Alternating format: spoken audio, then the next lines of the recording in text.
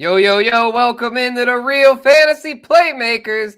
Spencer the Guru here. We've got a packed show tonight discussing the best defenses in the NFL. That's right. Everyone loves defense. You might not admit it, but guess what? Defense wins championships, damn it. Everyone loves quarterbacks, receivers, all that, but guess what? The defense is very important, so that's what we're going to focus on today's Real Fantasy Playmakers. Also going to discuss the latest training camp news for show. We're going to run this intro thing and then bring the playmakers out. Let's get it.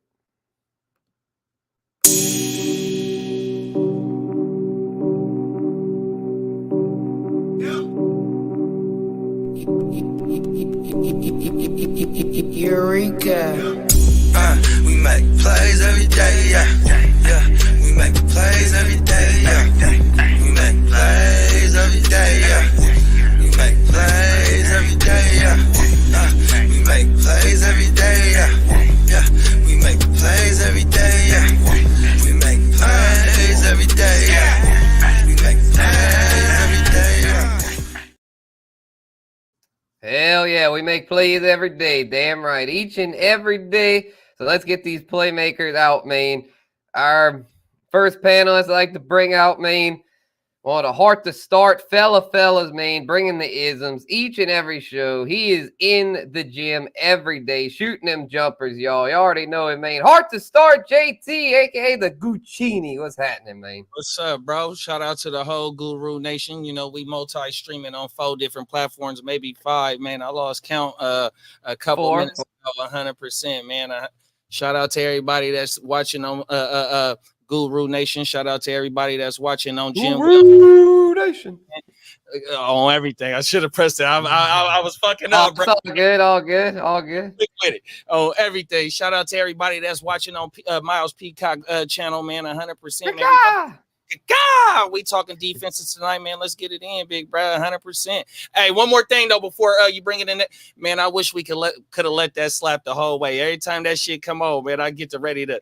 We make plays every day. Oh, every day. Shout out to the that make that motherfucking shit, man. I know him personally, man. Yep, stick around to the end because that's gonna be the outro, the Playmakers full joint. We gave y'all the little teaser there at the intro, but y'all gonna hear the full Playmaker song for the outro this time. So y'all stick around for that. But yeah, we've got plenty to get to before then. Let's bring out our next panelist, y'all. Repping the H, man. H-Town till we drown has the illest graphics in the game, the illest merch, neonpeacockmerch.com. Here he is, folks, the Neon Peacock himself. Yeah.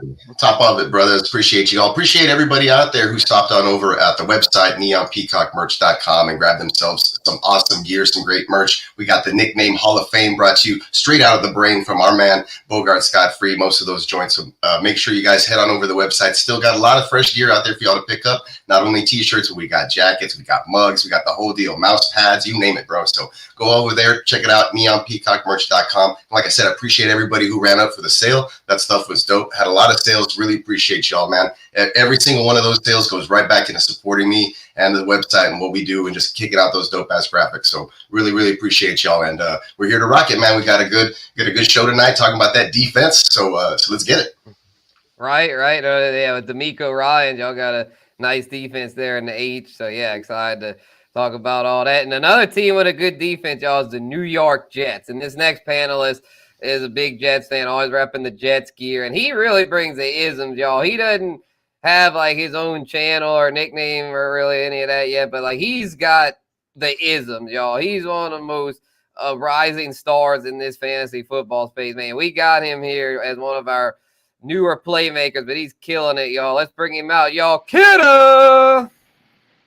What up, Spencer? JD, Miles, good shit on that sale you had. I had to cop me some of them shirts as well. There's a lot of people I've seen. And what's up, chat?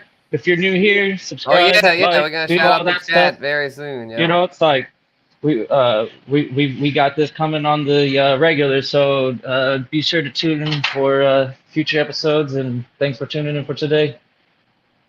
Right on, kid. Right on. Yep. The founding father at GW and has to be brought out last. So because of that, we actually have one more panelist who pulled up here. He snuck up on us there, but we already know that his next guest is going to have all the news, all the isms for us. one of our playmakers repping the Chargers and hailing from Texas. Y'all welcome in Lee. Peace. What's up, bro? What's up, Good Lee? evening, guys. He just lurking back there, huh? Yeah, it's dark Got all in the that news. Got all the dungeon. news for us. You got the dungeon.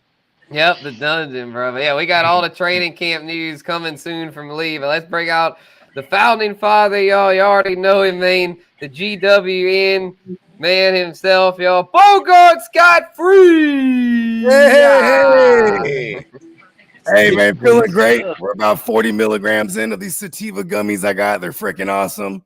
You know what I'm saying? Shout out to everybody. And before we get to this lovely chat and shout everybody out, man. Welcome to Playmakers. Tonight, we're breaking down that D. Pause. Pause. Yo, Pause. I knew it was Pause. foul. I was just waiting. Pause. I do like the long pause. Pause. I had to pause the long pause. Yeah, you're just going in deep, aren't you? You know what I'm saying? Yeah. Hey, man, let's check out this chat, man. Who we rocking with? Yeah, let's shout them out, y'all. I'm gonna go from the top to the bottom, man. Let's see it. Well, Lee's already in the room himself, so we don't have to. What We up, already Lee? got him out. Kojo up in here. What up, Kojo? What up, Kojo? And then, of course, Derek. Shout out to the homie Derek. Always encouraging the people to like and subscribe. Yes, indeed. Yes, indeed. We got Ghost Monkey up in here. Big drop Ghost. the thumbs up. Facts. We got Tino. What up, Twin? What's up? Big We gang. got Big AWS. What up, What's bro? up, Tax? You know you got a big What's dress. You got the draft, my nigga. Yep. What Yep. up, Big? And we got the Cool MC Song. What up, bro? What up, man? He's cooling. You know me. What up, Song? And we got Josh. What up, bro? What up, John? The fella. Salute. Yes, indeed. Salute, Josh. Yes. That's all we got so far. I'm sure we'll have plenty more that Yeah. pile in this thing. But yeah, let's talk about that defense. Pause. I threw the fence Where you in want? there. Where you want to take this deep, Spencer? Pause. Well, Hey, shit. I mean, Big pause. since y'all are Niner fans, bruh, let's Who's got talk. Let's the best team? get right off the rip to it. The Niners, bruh, because I'm a little bit concerned about them because like it's one of them deals to where y'all lost a little bit. I know y'all gained some in the free agency, but like there's also y'all lost some pieces as well. So, what are y'all thoughts on the Niners defense this year with the new D coordinator? Still see y'all the top 5 unit, or will there be some drop off? I love what they brought in comparing to what they lost, especially being able to go get. Lee, put it on mute. Lee. Got it. Yeah, I got him. I got it. Able to go ahead and get Gross and what's my boy's name that they got from Buffalo in the offseason? Leonard Floyd. Yeah, Leonard Yep. Floyd. Yeah. Yep. Yeah. And then being able to bring in Malik Collins to pair him with Hargrave.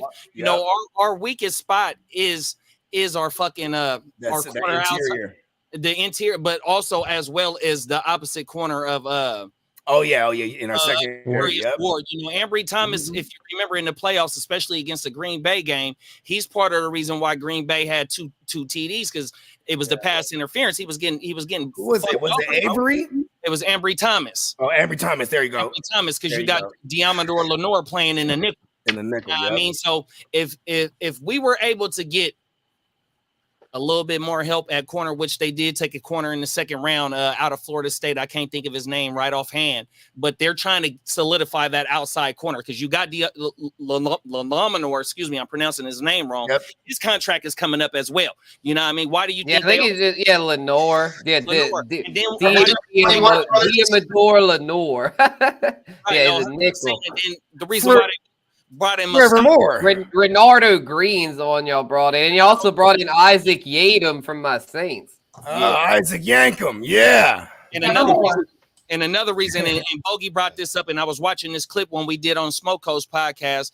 Reason why they brought in Malik Mustafa is because they might be moving away from Hufanga, especially since he don't come back until later on in the season. Yeah, so he was ready for money too. Like, if I don't know if you remember this from 2 weeks ago. You called it the re-up. This is the re-up for the Niners. What they're doing, you've seen it in this draft. They're starting to replace players that they know that they're going to have to replace starters down the road 100%. So I'm not too scared about us falling out of top 5 because they were a top 5 defense last year. It just sucked in the playoffs that they gave up all those run yards. But that's the reason why they brought in Malik Collins. And a good rotation on the defensive line 100%. You get Drake Jackson back this year.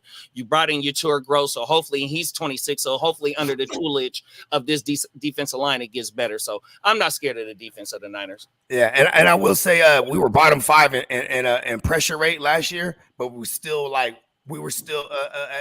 close to the top of the totem pole with like you know what I mean, QB pressures and things of that nature. So it is kind of crazy that we weren't blitzing like we're normally used to seeing the Niners be aggressive there. That because Steve Wilkes was last year's coordinator. He was a defensive back minded guy. You know what I mean? He came from being a DB's coach and then became a DC down there in Carolina, and like you know what I mean. And he always built from the back to the front. See, our new coordinator now that we brought in, we're going to see a little more reminiscent of some D'Amico Ryan's solid type pressure up front, right? Because you know what I'm saying, we got monsters up front. We need to unleash Bosa. You know what I mean? And I mean, we're going to continue to have that glaring hole in our secondary with our second corner option. That's just the way it's been this past since the whole Shanahan era, even. But what up, Candlestick? What up, David? Yeah, we talking about your Niners, bro. Yeah, you know what I'm saying? Shout out to the gang. But see, but I will say, as long as we're a top 5 offense, we're gonna be able to tee off on defense. So if that drops off. And Steamboat. What up, Steamboat? Gang. Shout out to the gang. You know what I mean? Yep.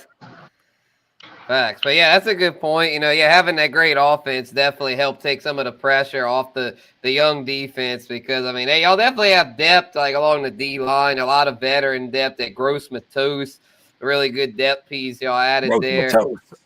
And then fucking Devondre Campbell, bro. I mean, with Drake Greenlaw. That Devondre Campbell signing was crucial, bro. And then I think the big key to y'all secondary is can Jair Twig Brown step up, because if Twig Brown he gave up the big ones last year. I know, he was kind of ass last year, but if he can step came up, on in the stretch, but that's that kind of makes Sufanga expendable, bro. Because that's why the rumors of Justin Simmons is floating around too. Because of give me that. That's one of the reasons. You know, if it's an arms race and we're going to war and you expect us to go all the way, I expect it to be the Chiefs there. And I will say, one Patrick Mahomes used to always fear at Justin Simmons. He would always be like, you got to look out for where Simmons is at. What number did he wear? 30? 20 something? 31. 31. Yeah, he'd always be like, you got to look out for 3-1. See, where's 3-1? And I think there's rumors to be interested in Simmons, but we'll see if that ever pans out. I doubt it at this point. Yeah, and like he's been already, rumored to be tied to a couple of teams already, including the Niners.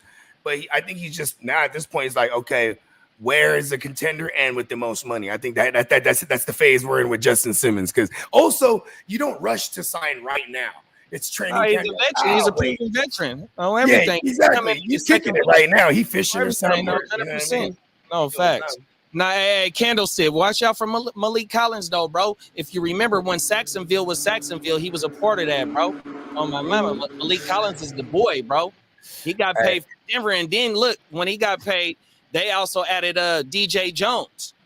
If we would have been DJ Jones, he was like a 5th-round pick. DJ Jones, he balled out enough to get him a bag with Denver after 100%. That last year with the Niners, he did his thing. Yeah, because he was shitting on fucking what we thought would be our guy was fucking Javon Kinlaw. Whereas with the DJ Jones, I'm out playing him. DJ Jones might have had like 4.5 sacks that year, I think. He was getting it. Facts. But yeah, we got a lot more teams to discuss here. So where y'all want to just keep going NFC West, or y'all just kind of want to bounce I around? was gonna say like San Francisco's not my number one. I was just gonna say probably like some other higher ranked or comparable defenses. Okay, not my number one let's either. nominate ones that we feel have number one potential. Who y'all want to nominate next? Jets. More. Jets. Ooh, All right, we'll go with the Jets. All right, Rob Salah's unit. Let's talk about them, y'all. We've got it looks like a pretty strong defensive front, but Hassan Reddick's holding out, bro. You know, so if that it's a could be a savvy veteran problem. move. Yep, Jermaine Johnson though, he looks like a real hitter on the other side, you know, and then Will McDonald, the other young bull there on the edge, and there Quentin Williams, of course, the beast in the middle. Then they got Sean Javon Kinlaw and Solomon Thomas. So like solid guys right there, former Niners there. And then the linebackers with Quincy and Mosley, bro. That's one of the best linebacker tandems in the NFL. Because, I mean, Fred Warner, you know, at the Niners really good. But, I mean, shit, these Mosley, Quincy, really nice. And in the secondary, probably the biggest strength of the Jets being that you got Sauce, DJ Reed, and Michael Carter. Not the running back Michael Carter, the DB at nickel. He's really good. The safety's not quite as strong, but still a good room there with Tony Adams, Chuck Clark back from injury, and then Ashton Davis. You want to kick this one off, kid? Or you don't want the Jets hat on? What are your thoughts on that Jets Gang Green defense, bro? They're going to be solid. Just for everyone out there that doesn't realize this, but I do play IDP. So when it comes to the team defenses, we could all play favorites, but a lot of this is going to be something that you're going to be looking at to pick up on waivers. Obviously, a lot of situations you're going to draft a defense, and then 3 weeks later you're going to drop them, right? It is all going to be subjective to the matchups that we are playing. I wouldn't ever fall in love with the defense. If you have to fall in love with the defense for some reason, don't be afraid to bench them. Drop somebody, pick up a better matchup, because oftentimes the waiver wire is going to be the place to get that better option, especially in like these smaller leagues that play team defense, like 8 and 10 team leagues. Yeah, like it's all matchup based, but individually, yeah, we got some pretty good hitters on there. Quincy, that's probably my favorite IDP. In terms of tackles, he was right up there with the league leaders. And then what I like about it is that they get him to come after the quarterback. So you're going to get the big plays as well as the tackles, and that's a big boost. Some weeks you're going to really annihilate your league with the Quincy Williams. Quentin Williams also, I like that play too. I was gonna say go to his brother. Yeah, right. Sauce is the flashy name, and as an actual fan, I really like the player. But be careful when it comes to IDP. Because those lockdown corners, sometimes they're not thrown to, so they don't have those tackle opportunities, and we all know that Sauce is one of the best out there. And then DJ Reed, though, that's a cornerback that you can actually roster and start on the IDP league, and he's good. He's gonna make the tackle. He's not gonna too many yards after. He's not gonna whiff a tackle. He's pretty good at it. And overall, I'm excited about the Jets. With Aaron Rodgers back, I think the team has a chance to really push for a playoff spot. Yeah. But the defense is Aaron Rodgers, you better not go down on us. I also like Oakland. Oakland is another guy. Guys, I think Oakland's got a really nasty defense. Not just Max Crosby, but the whole Vegas. unit I was in like general. Oakland. Yeah. The only thing they got left is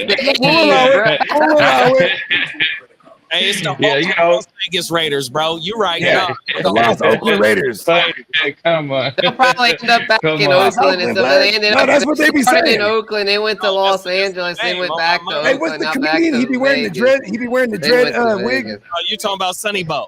Yeah, Sonny Bo, hella funny, man. I'm my mama. Hey, Los Oakland blood. Yeah, and then Plus, shout out to Oakland Joe Raiders. Morley, bro. Shout out to Joe Morley, big That's my Raider dog. fan. So Shout that's out a to Joe. yeah, that's Yeah, a I fuck perfect with Joe Morley. segue. Let's talk about the Raiders defense because I think they legit could challenge it. They'll at least be they were a top 10 unit last year, but shit, this year they might be top 5 because look at what they did.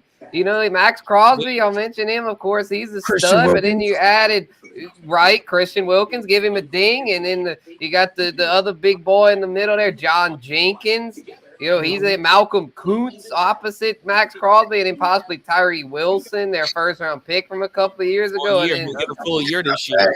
He helped it. He came into the season hurt last year. I heard he's in the best shape of his life. Everyone is right now. This is everyone at this Hold time. on, no. That's my reference for every like player just to jump in there. So just don't spoil my shit. He's in the best shape of his life. Yeah.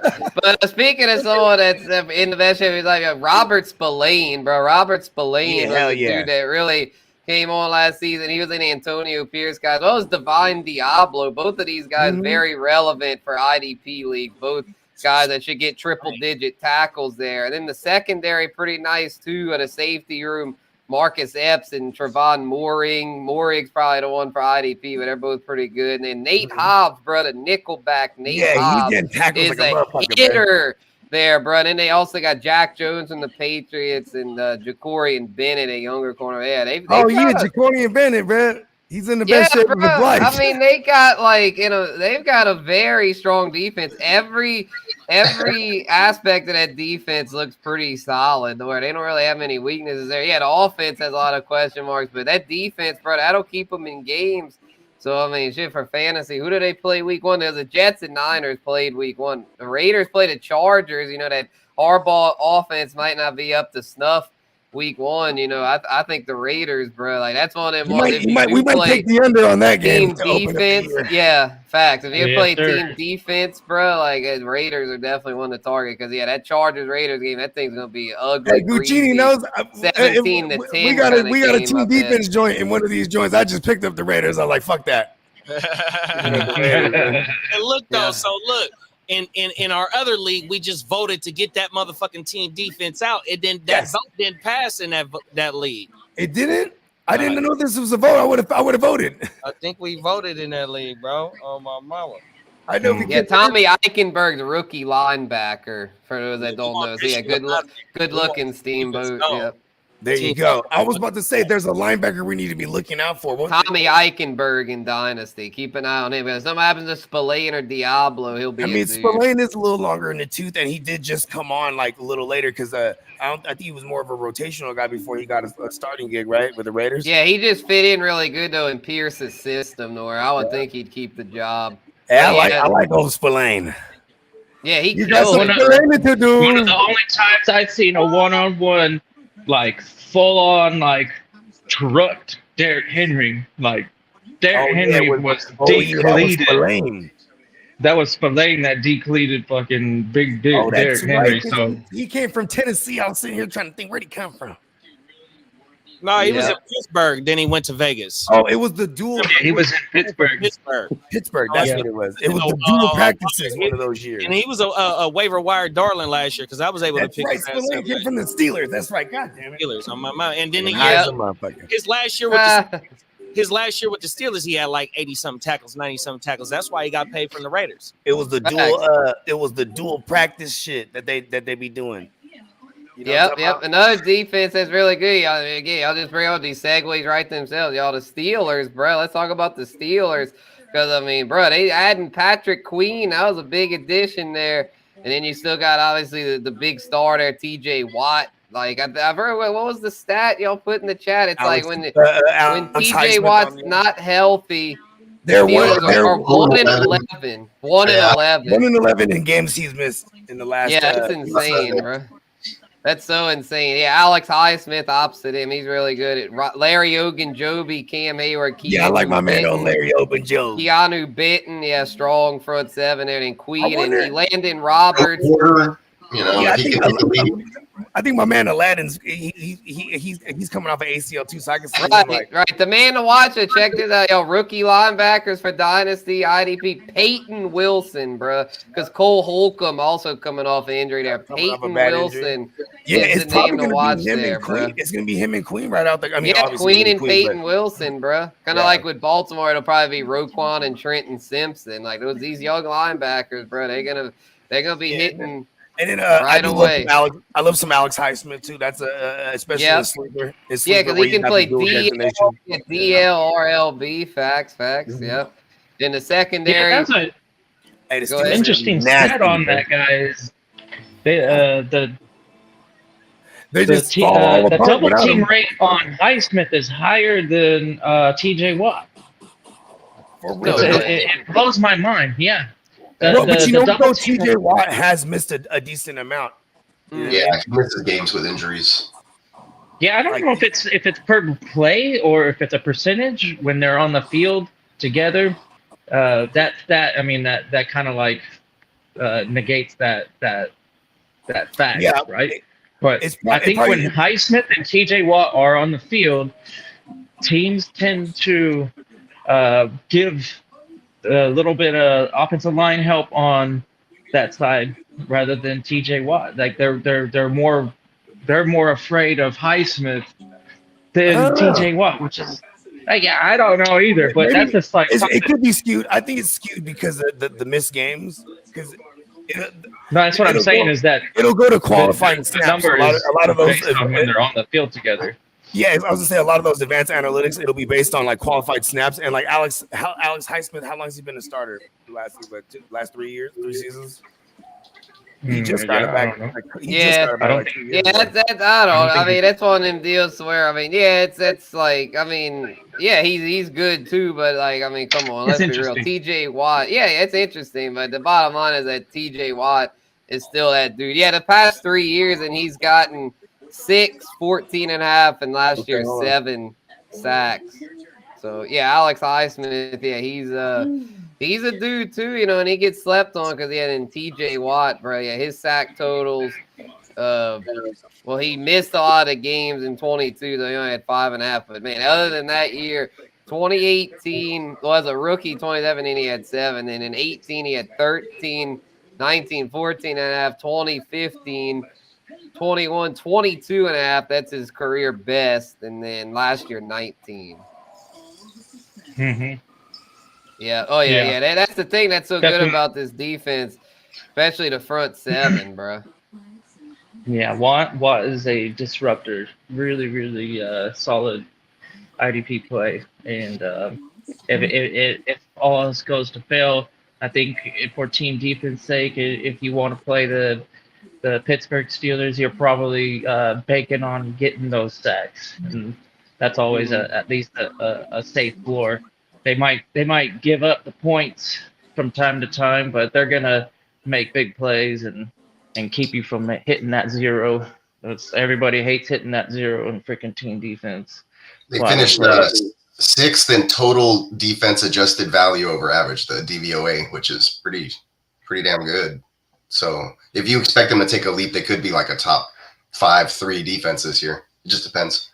Yeah, that's it. And let's see who they play week 1 for those that play team defense. Atlanta. And then Corky Kirk Cousins, if he's not 100%, you know, that could be a good streaming matchup. And even if he played, Kirk Cousins probably going to play. I still think it's a good streaming matchup because Sam, what's up, Miss Tates? Because is Lee. Are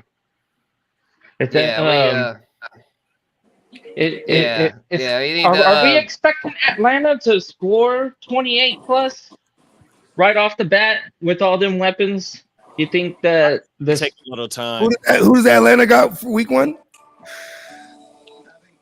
Well, we just talked about, I think Pittsburgh, right? That's what we were talking about. I mean, I feel like that game could be like low scoring. Okay. You know what I mean? Because it's two teams that's gonna try to run a lot too. You know what I mean? All right, all you Drake London guys out there, you know that you just heard it from here. Here's the thing too, like you're gonna have a sophomore Joey your Porter. expectations. You got a sophomore Joey Porter playing against Drake London with the offensive coordinator who the Arthur Smith with Pittsburgh, who just played it, who just She won. used to her mom's practice there. against this Oh, defense. You know what I mean? Her mom. Hey, Leap. Look, if you too busy, bro, just we'll get you on another time, bro. Like I see you got a lot going on back there. Yeah, no worries, Lee. Yeah, no worries, bro. If you busy, bro, like we'll get you on another time. Appreciate you, bro. Yeah, because that background noise was killing me. But yeah, let's. Who are we talking about? I was so thrown off by all that. Who are we talking about? We were talking about Pittsburgh. Yeah, the last thing about them was their secondary. They gave. Shout out to my big bro Lee, though. Yeah. But yeah, no, shout out to Lee. I know it's just, but I mean, yeah, we can't be having all that shit. So, yeah, Dante Jackson, Joey Porter in the secondary corners, and then Deshaun Elliott and Minka, bro. Y'all think Minka's gonna bounce back? Yep. I hope he does, bro. I think he played through injury last year. These guys can stay healthy, you know? Yeah. No one's ever called me a bouncer before. I'm laughing. Go ahead, Peacock. Yeah, man, we don't I'm just saying, all these guys can stay healthy. You know, that's a really good squad, obviously coached by a really great coach who gets these guys to win games. They always play tough within the division against, you know, big hitters out there in the AFC North. So, I mean, I like Pittsburgh to possibly be like a top 3 finishing defense in the season, you know, if everything just stays fine and they're not all injured and crap. Right, 100%. Like TJ Watt, like that's a big if. Like, you know, how many games you have to factor in that he's probably going to miss a couple of games. It just seems like it happens every year. They're 1-11. Unfortunately, he seems to get hurt a lot. He does seem to get hurt a lot. Let's talk about though next the team that Patrick Queen defected from to go to Pittsburgh. Let's talk about the Baltimore Ravens, and because I mean, even though they lost Queen and some other guys, they still got an elite defense. I mean, you got Madubuike leading that defensive line, Justin Madubuike. Yeah, shout out to Mad Books. Right, the Mad Books, bro. He had like double-digit sacks last year. Yeah, He's killing it. You got it. Yep, and then you got some other, not really IDP guys, but they're good real-life guys, Broderick Washington and Michael Pierce. And then on the edge, you got this is the name that they want to take that. If they still want to be elite, they need Odafe Owa to really step up, bro. And then Kyle Van Noy opposite him, just a steady veteran. But they need Odafe Owa. And you know what tells me they have a lot of big plans for him? They picked up his 5th-year option. Yeah. They drafted Nate Wiggins, and they lost a bunch of coaches. So, I don't know. The Owen kid, I feel like he's going to be depth. Yeah, like. Well, who else did they have? They also have David Ojabu. I got him on a taxi squad, I think, or a I think I angry cut him in a dynasty league. Yeah, he did. That's the thing that's a little concerning about him. They also have the rookie at Adisa Isaac, but he's also on the NFI. God damn, Baltimore already got a bunch of injuries. I mean, but that's all across the league right now. It's motherfuckers that come in and they haven't been conditioning correctly, so they have all these non-football injuries. I mean, facts. Then you got Roquan and Trenton Simpson. Both of them will be hitters for surely. And then the secondary, Marlon Humphrey's still a guy. Brandon Stevens. But look at this this secondary, the way according to the depth chart. They brought in Eddie Jackson, bro. They say it's going to be Eddie Jackson, Marcus Williams, and they're putting Kyle Hamilton as a nickel. I'm like, what? I mean, I kind of like Kyle Hamilton as a nickel. I do like that. Yeah, he's everywhere. He can get at the key too. That bless you.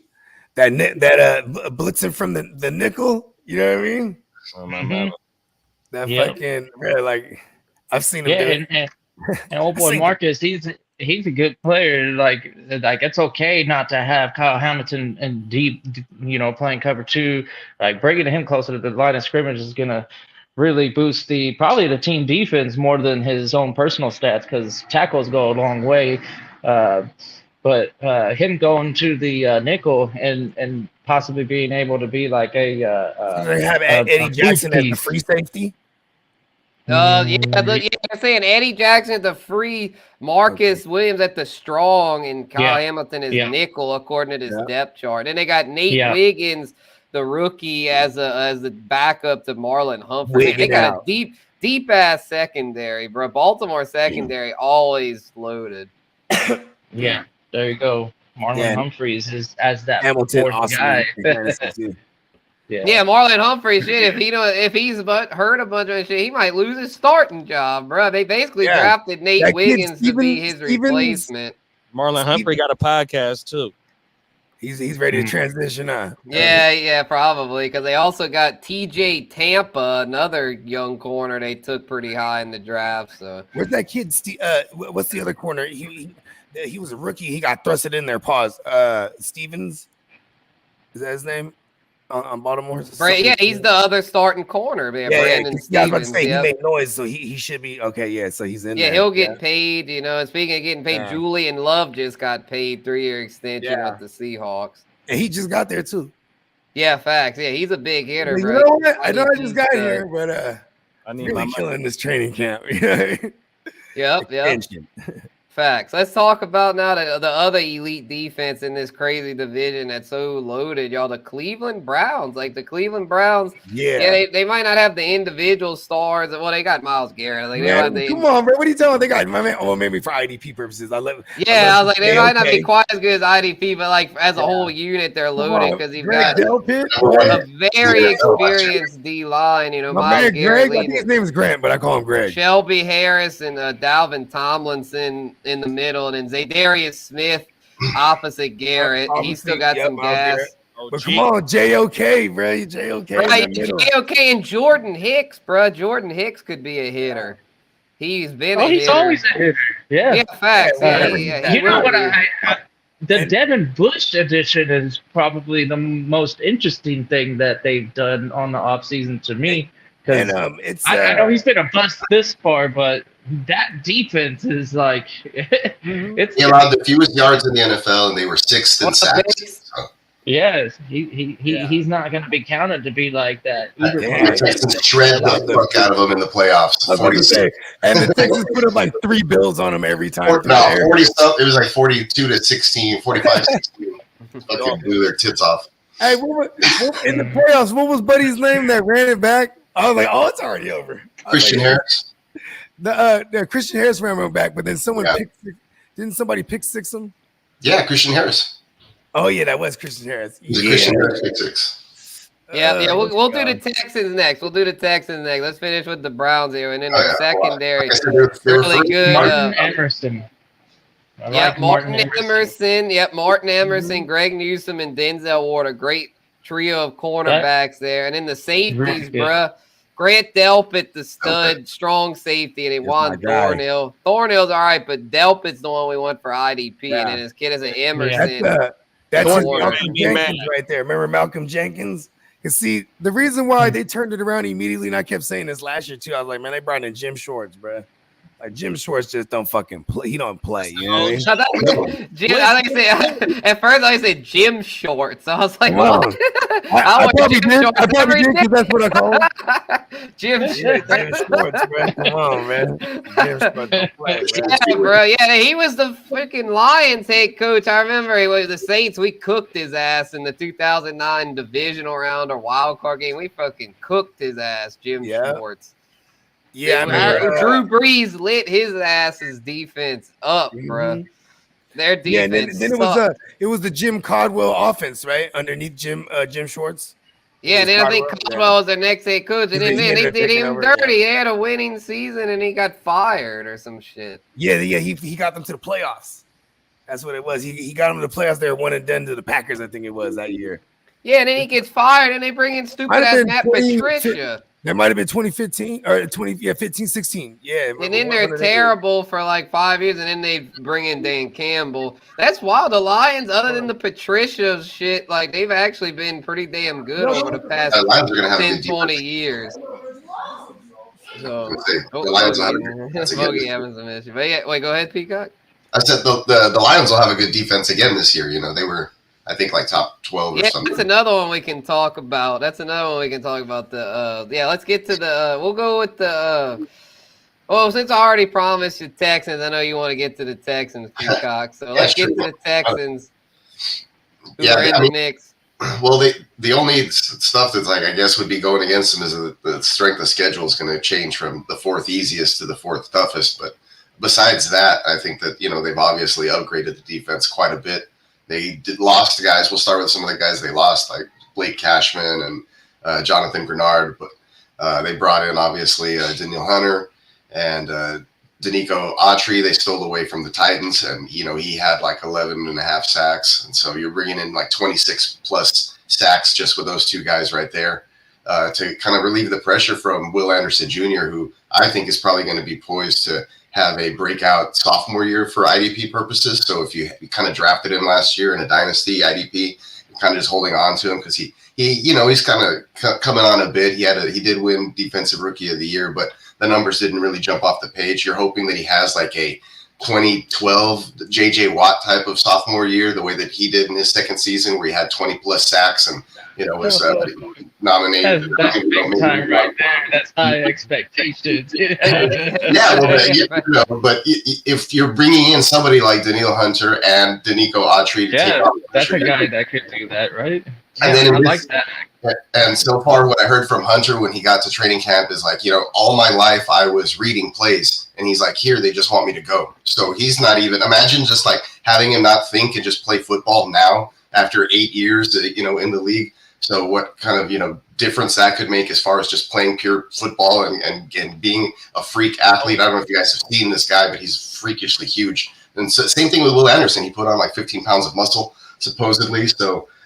We'll see how all that goes while keeping his speed supposedly. So the defense looks scary. Obviously, Derek Stingley Jr. is poised to have another campaign. He's been playing well. Just today in camp, he had a pick, and then he forced a fumble, scooped it, and scored.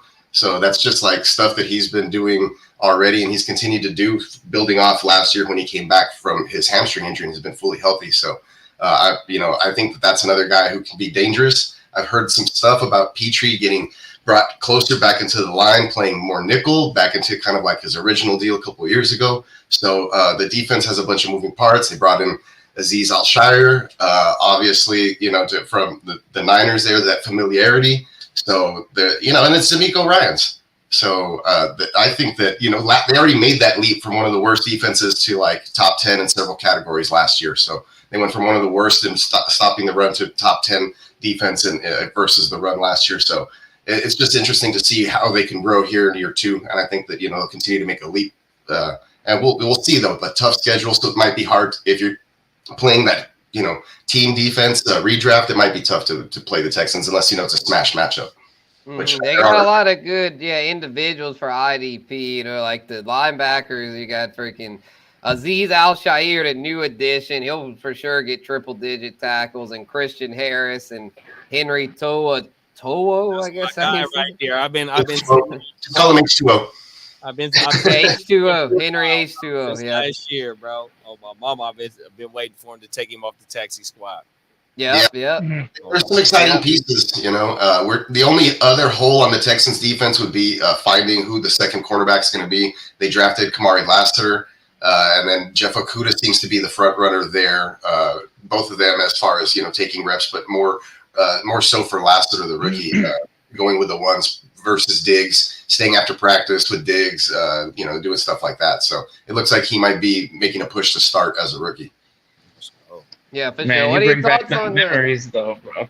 Woo, I love that JJ Watt 2012 season, man. For that, we're talking about 100 combined tackles with 20 plus sacks. You know what that that's one equals? of the greatest seasons ever. That's like a mid-range QB1 fantasy football output right there. That's killing it on the defensive line right there. That's league-winning shit, bro. Yeah, I'm sure he skewed a lot of leagues, in their favor, who was doing IDP back in the day. Oh, Bogart, you're on mute, bro. Oh, shit, my bad. That was my bad. When Bogart had to leave, I had muted it. Go ahead, Bogey. I didn't mean to silence Oh, you. no, it's good. I was just saying he had a killer swim move. Remember that shit? Oh, yeah, dude. He had the JJ swimmer, bro. He would just get hella skinny. Just his arms were like 4 feet long, maybe 4.5 feet long. And then he was scoring touchdowns on the offensive side as a tight end and shit. And then he had a lot of passes batted down, so he was just ripping points out of like everywhere. He was a menace. Hell And yeah, he did that for Jalen. 2 years in a row. Oh yeah, what a legend, bro. But speaking of current guys, Jalen Pitry, bro, what are your thoughts? Do you think he bounces back for IDP this year? He was great as a rookie, but last year not as good. Yeah, that's what I'm saying. It's a system thing, though. Yeah. Now that he's moved back into his rookie position, this is going to be this is screaming bounce back. Yeah, they want. I think that they want to keep him involved. There was I think in the group chat I mentioned it to you guys that he had a pretty good day around the in the red zone, and he was just kind of disrupting things and getting in there. But if he can do that, kind of come into the box, you pick up that tackle total.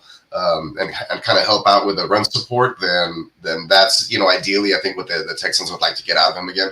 But we'll just see how that, like I said, see how that plays out. I don't know if he'll have quite that rookie year finish, because that's kind of when the offense that was 140 combined. With the offense was horrible. The defense was always out there. So it's kind of like a tank situation almost. So. Yeah, I don't know if he'll ever quite get back to those type of numbers for IDP, but I do think he'll definitely have a bounce back from, his first year in D'Amico Ryan's system, kind of playing out of position. For sure.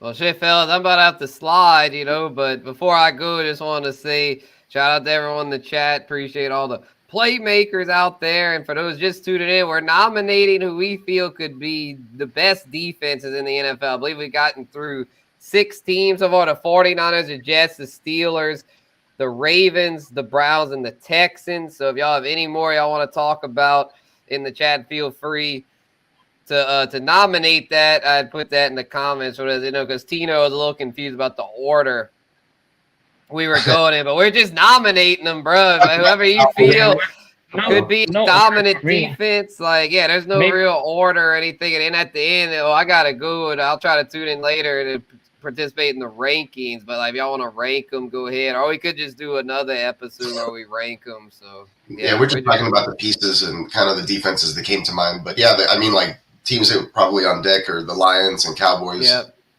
Chiefs, Lions, Cowboys, Chiefs, and then probably it can round it out like that. Yeah, probably just those Saints. We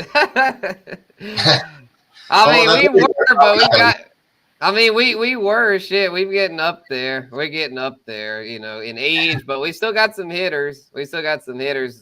The Colts, I don't think the Colts are quite there yet, bro. But they've got some pieces. They got some pieces for sure. But anyway, I think I might go ahead and dip. JD, Peacock, y'all good to run point? Yes, sir. Yeah, you pass it over to me because I don't know what the hell I'm doing. So. Who was JD? Well, you've been doing it for Wake Your Game Up. You want to just go ahead and do it, bro? It's all good. Okay, cool. All right, JD running point. Appreciate y'all. Wish I could stay on, but I gotta go catch the homies at this concert. One homie is about to move, and the other homie, it's his birthday, so I gotta go. But appreciate y'all. Spencer. Yes. Go enjoy live music, man. Awesome. For sure, man. Catch y'all. Man. All right, later, man. Cool. So, Cowboys next. What's your thoughts on the Cowboys?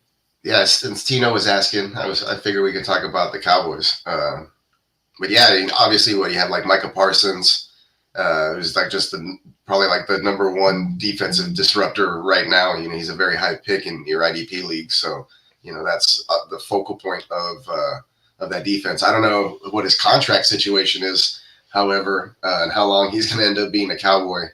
Some of my Cowboy buddies have been speculating that perhaps they'll move him or he'll leave once his contract's up or things of that nature. But they'd much rather have Jerry Jones trade himself to a different team or something. A lot of big mouths to feed on that team coming up. A lot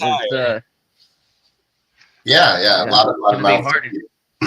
Not enough, as far as money goes, right? Not as far as the way the offense moves, but yeah. Mm-hmm. And then what's the name of that cornerback? The guy that got Bland. Deron Bland? Is it Deron?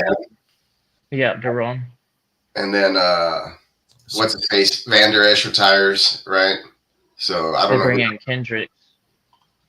Yeah, I don't know. Kendrick. You got the boy Demario Overshawn that's coming off an injury. Yeah, he's coming. I think he was a 3rd round pick last year, and then it was another linebacker that they had come back last year that was hurt the year before that. I had him on the I had him in the 14 team league, but I traded him. Somebody, Damone Clark. Damone Clark is a nice little piece too in a IDP. He gets a nice few amount of tackles for sure. Yeah.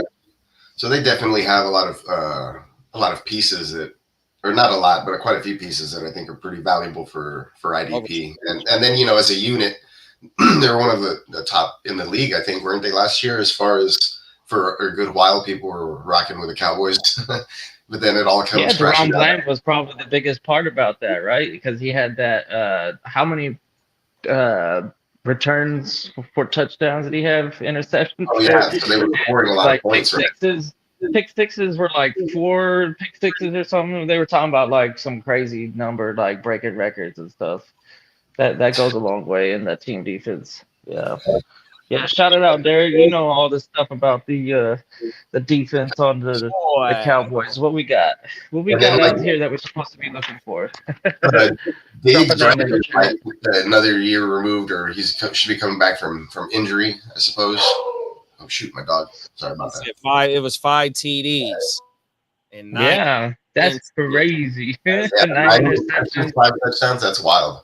And then the year, what was Diggs' numbers? Didn't Diggs have an insane amount of INTs the year before that?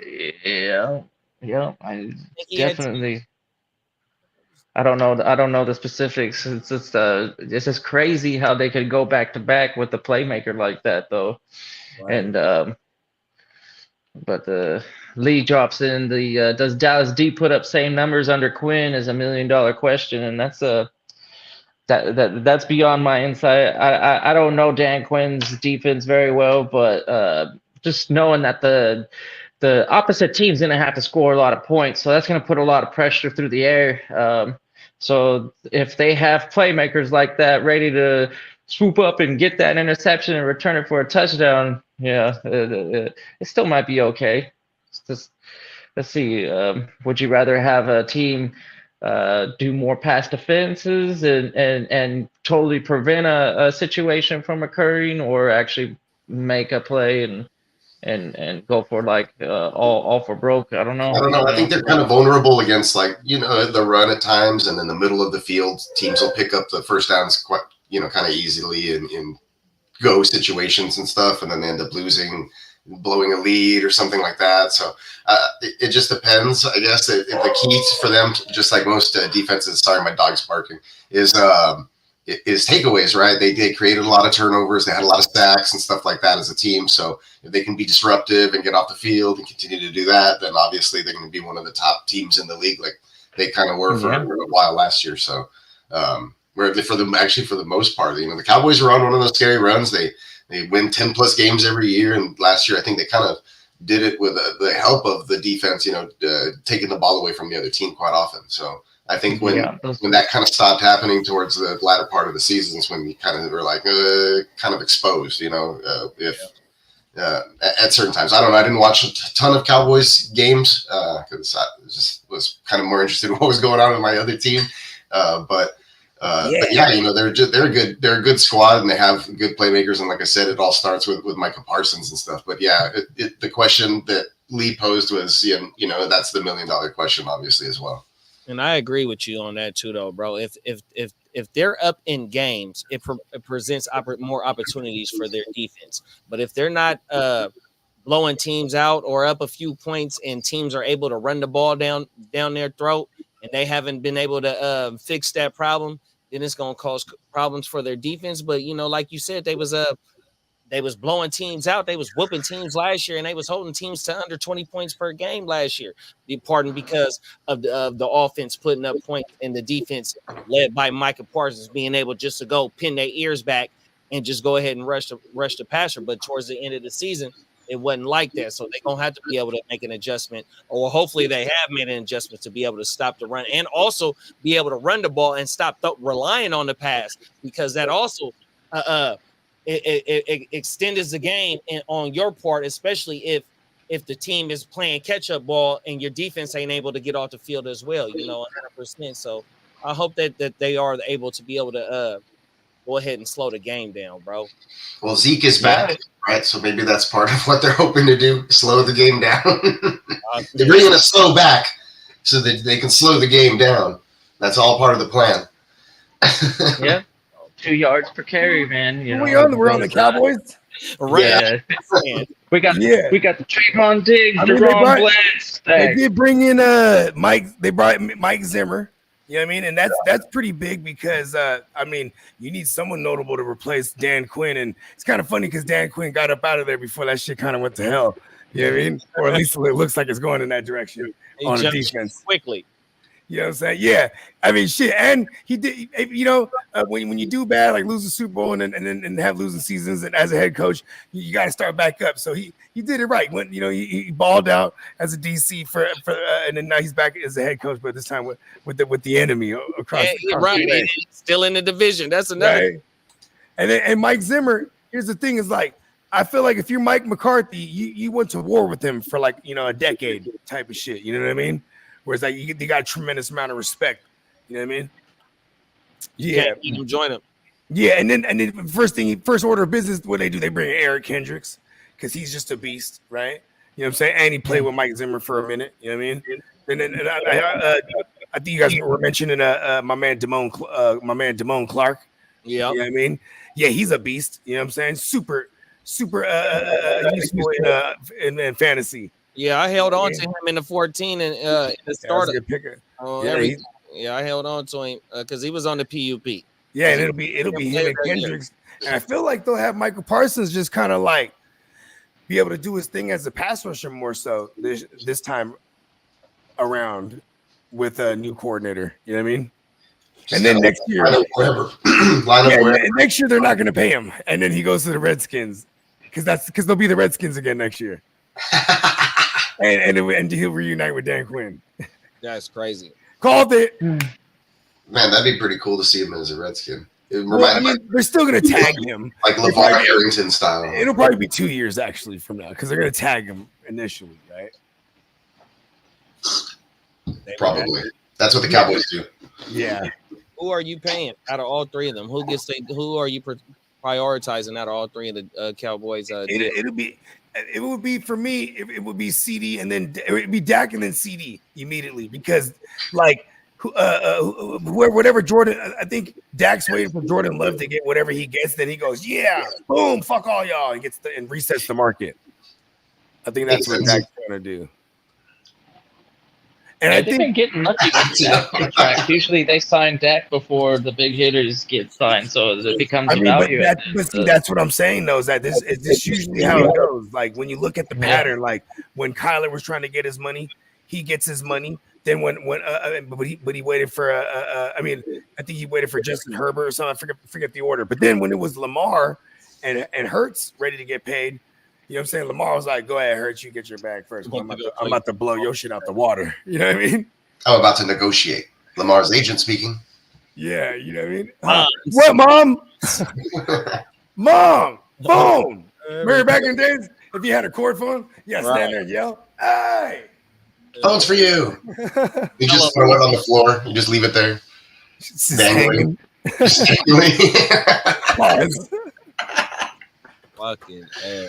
Leave that D just dangling there. I mean, shit. Let's you guys touch on the Eagles yet? Pause. No, we haven't talked about the Eagles. Why haven't we talked about the Eagles? Basically got Georgia in a nutshell, right?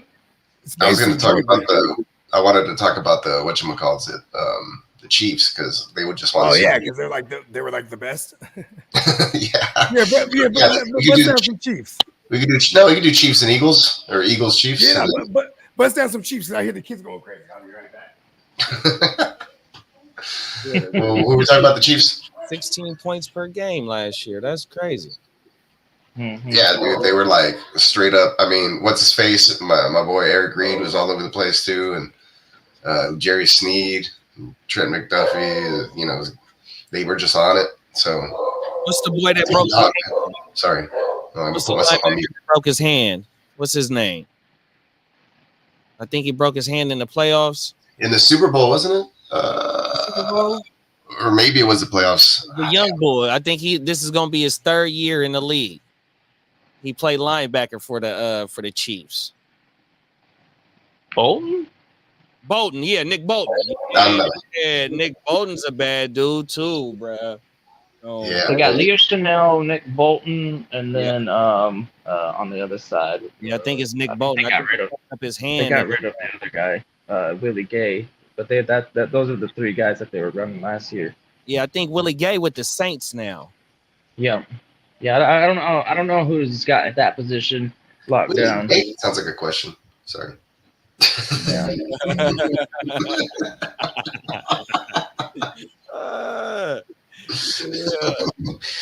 Oh man.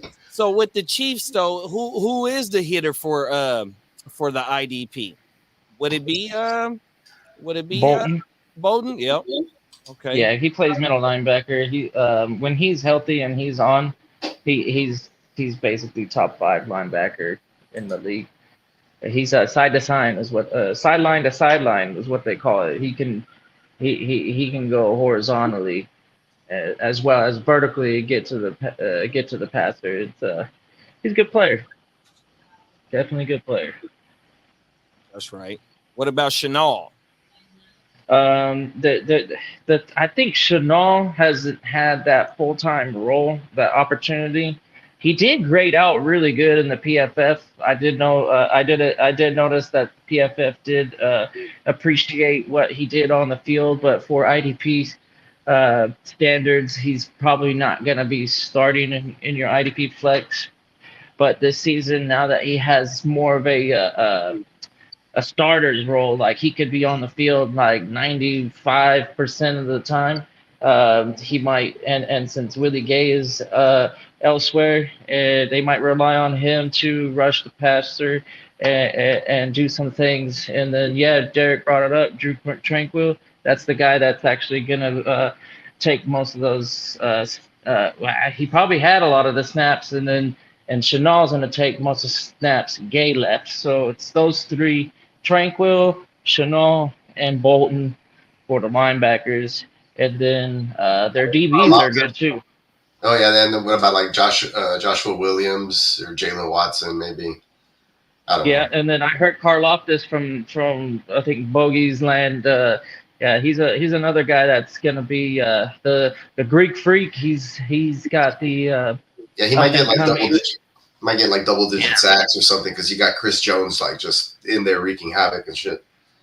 Yeah, he's up and coming. And then they have that other dude, Anadike Uzuma or some shit. I don't know. So I don't know, man. Like they have a pretty good names. Me too. That's why we come up with nicknames, yo. I tried, man. Right. I'm sorry, bro. I'm sorry, me too. I ain't faulting you at all, dude. I feel bad for him because he's had it his whole life. They're like, the teachers all reading the roster going, Felix AU. I'm here. It was too long. And it Duque, blah, blah, blah, blah, blah. Yeah, they got some like crazy good defensive guys out there that should potentially make a jump. They might be able to lock it down again and be really, really good defense, like finish number 1 or something as far as points or yards or whatever it may be. Damn, playing in that division doesn't help.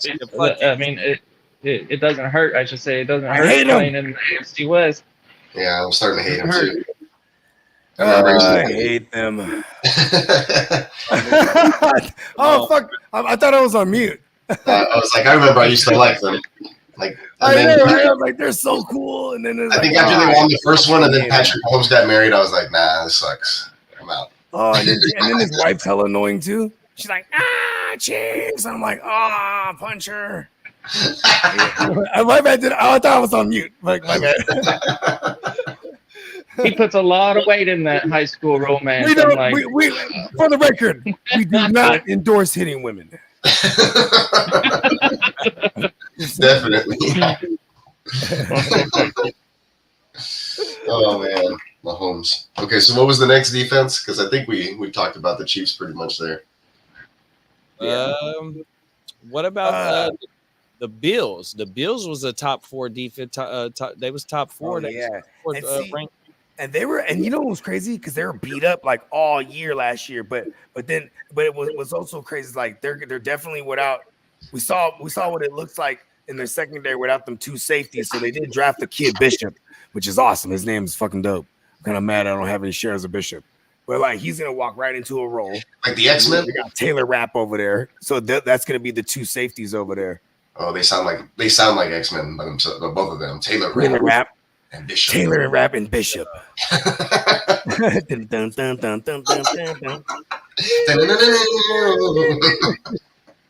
Deadpool Wolverine. Yes. I heard it goes hard. Yeah. Speaking of X-Men. That's why I wore my Wolverine shirt today. Oh, nice. I was like, we gotta. Yeah. It's funny because Kev, he got an event this week, and I'm like, okay, I'm just gonna try to go to Kev's event during the day or whatever time it is, but I'm also trying to catch this Deadpool. You know what I mean? I'm trying to weigh out the two and try to. Yeah, I think because of shit all day. I think it's all day. It's all day, right? Okay, cool. See, there you go. I might be in there. Where's it at? It's at the fairgrounds? It's at the fair. Hey, real quick, I gotta share this, right? So my daughter, she comes in, and she's supposed to be watching the baby. She got her friends here, and then shout out to Candlestick, his little man, he kicks it with them too. So he had his homeboy there. So then they just pull up, right? And she's with her homegirls, and I know they're gonna crash over here. They always have their little slumber parties and whatnot. So they pull up, and then like she's like, oh, can such and such hang out? And I'm like, yeah, because you just walked them up here and in my face asking me now that I'm about to jump on the show. You know what I mean? So, because as a father with daughters, he just brings some random dude in the show. Oh, it's David's friend. Yeah, and you know what I mean? Then I'm like, watch your sisters. I'm doing the show. Then all of a sudden they want to go to the store because they're driving and they're doing teenager things. So I'm like, so she just comes in the show, just hey, I'm gonna go to the store. I'm like, I get your ass inside. Like, you know what I mean? Make me look crazy and shit. So then I was like, and I'm telling her that just like that in front of her friends. Oh, well, you don't like that. You don't like me coming in yelling at you in front of your friends. See, instant gratification for me. You know what I mean? Because you just came in there doing that same shit to me. Everything. See, I be teaching lessons, bruh. Bang. You know what I mean? Lesson. Right? 10 points. Hey, my little one just lost her front tooth, so I'm gonna go out there and do the. Oh yeah, the whole thing. So. Yeah, I'll catch you guys on the next one. But make sure you hit up the website neonpeacockmerch.com. You guys got any cool ideas that you want circulated out there in the football world as far as nicknames or players go? Just hit me up and we'll put it up there for you, and you can order a shirt or a mug or whatever it is. And I usually have sales going on about every 2 weeks or so. So stay on the lookout for that. neonpeacockmerch.com. Get over there, sign up for the mailing list, and you'll get the alert when the sale goes on. And then you can, check out everything in your cart and save a bunch of money. So that's the way I would do it if I was you. That's all I'm saying. All right, guys. We'll check you out on the next one. Later. Shout out to my man Miles Peacock, aka the Neon Peacock. You know what I'm saying? Proud sponsor of the show. Yeah, man. Everybody check out that. You gotta go check that out, man. Yeah, we got some good ones coming out too. I just hit him today about the X-Files one. I was like, hell yeah, we need that. Oh right. That's right. Yeah, man, come on. We're just gonna start pumping these GWN shirts of just all these kind of classics, nostalgic shit. You know what I mean? 100%, bro. Yeah, and we might have some troll shit too, and a bunch of just making characters we like smoking weed. That's the kind of a lot of my ideas. Yeah, like look out for the Ninja Turtle shirt we got coming out. Yeah, the Ninja Turtles wants to go hard. Since you back, bro, let's talk about the Eagles. You wanted to talk about the Eagles before you. Yeah, because they got Vic Fangio over there now, and a couple years ago when they got to the Super Bowl and Vic Fangio, he wasn't coaching anywhere. He was kind of sitting around. That's what he was doing. He was advising what's his name? Jonathan Gannon. That was the DC. You know what I'm saying? And they with his advisories, I guess, definitely assisted them to get into the Super Bowl that year, only to lose to the Chiefs. But yeah, so then they actually just said, fuck it, let's bring in the Vic Fangio since Jonathan Gannon left over to Arizona. You know what I mean? And so now we got and they tried 1 year with one of Jonathan Gannon's little disciples because that's what they try to do on both sides of the ball, just hire from within. You know what I mean? Because Nick Sirianni left. Steichen. Yep, Steichen. Yep, he left too. So yeah, and, we got Kellen Moore and Vic Fangio over there. And on that defense, bro, it's basically Georgia over there for real, though. I don't just say that like jokingly. I mean, you literally got fucking all of them from Nolan to Carter to who else they got over there? N'Kobe Dean, fucking. I know I'm missing another one, but They drafted Jeremiah Trotter. And then they brought back C.J. Gardner-Johnson. Okay. Who was actually there for that aforementioned Super Bowl trip they had. And then obviously they gave Blankenship a little bag, and he's one of the baddest. Is he light skinned or is he white? I don't think I've seen a picture of him, but I've seen he's not dark. I think he's a white. I think he's straight white. Yeah. He's an Italian. No, Blankenship. It would be like Italians always with a vowel at the end. Blankenship. It sounds Anglo-Saxon. Yeah, they use shit a lot. That makes sense. It sounds German. But yeah, and you know what I'm saying? So they got a nasty little tandem there, and they have they got probably the top two corners as far as the prospects go in this last draft class.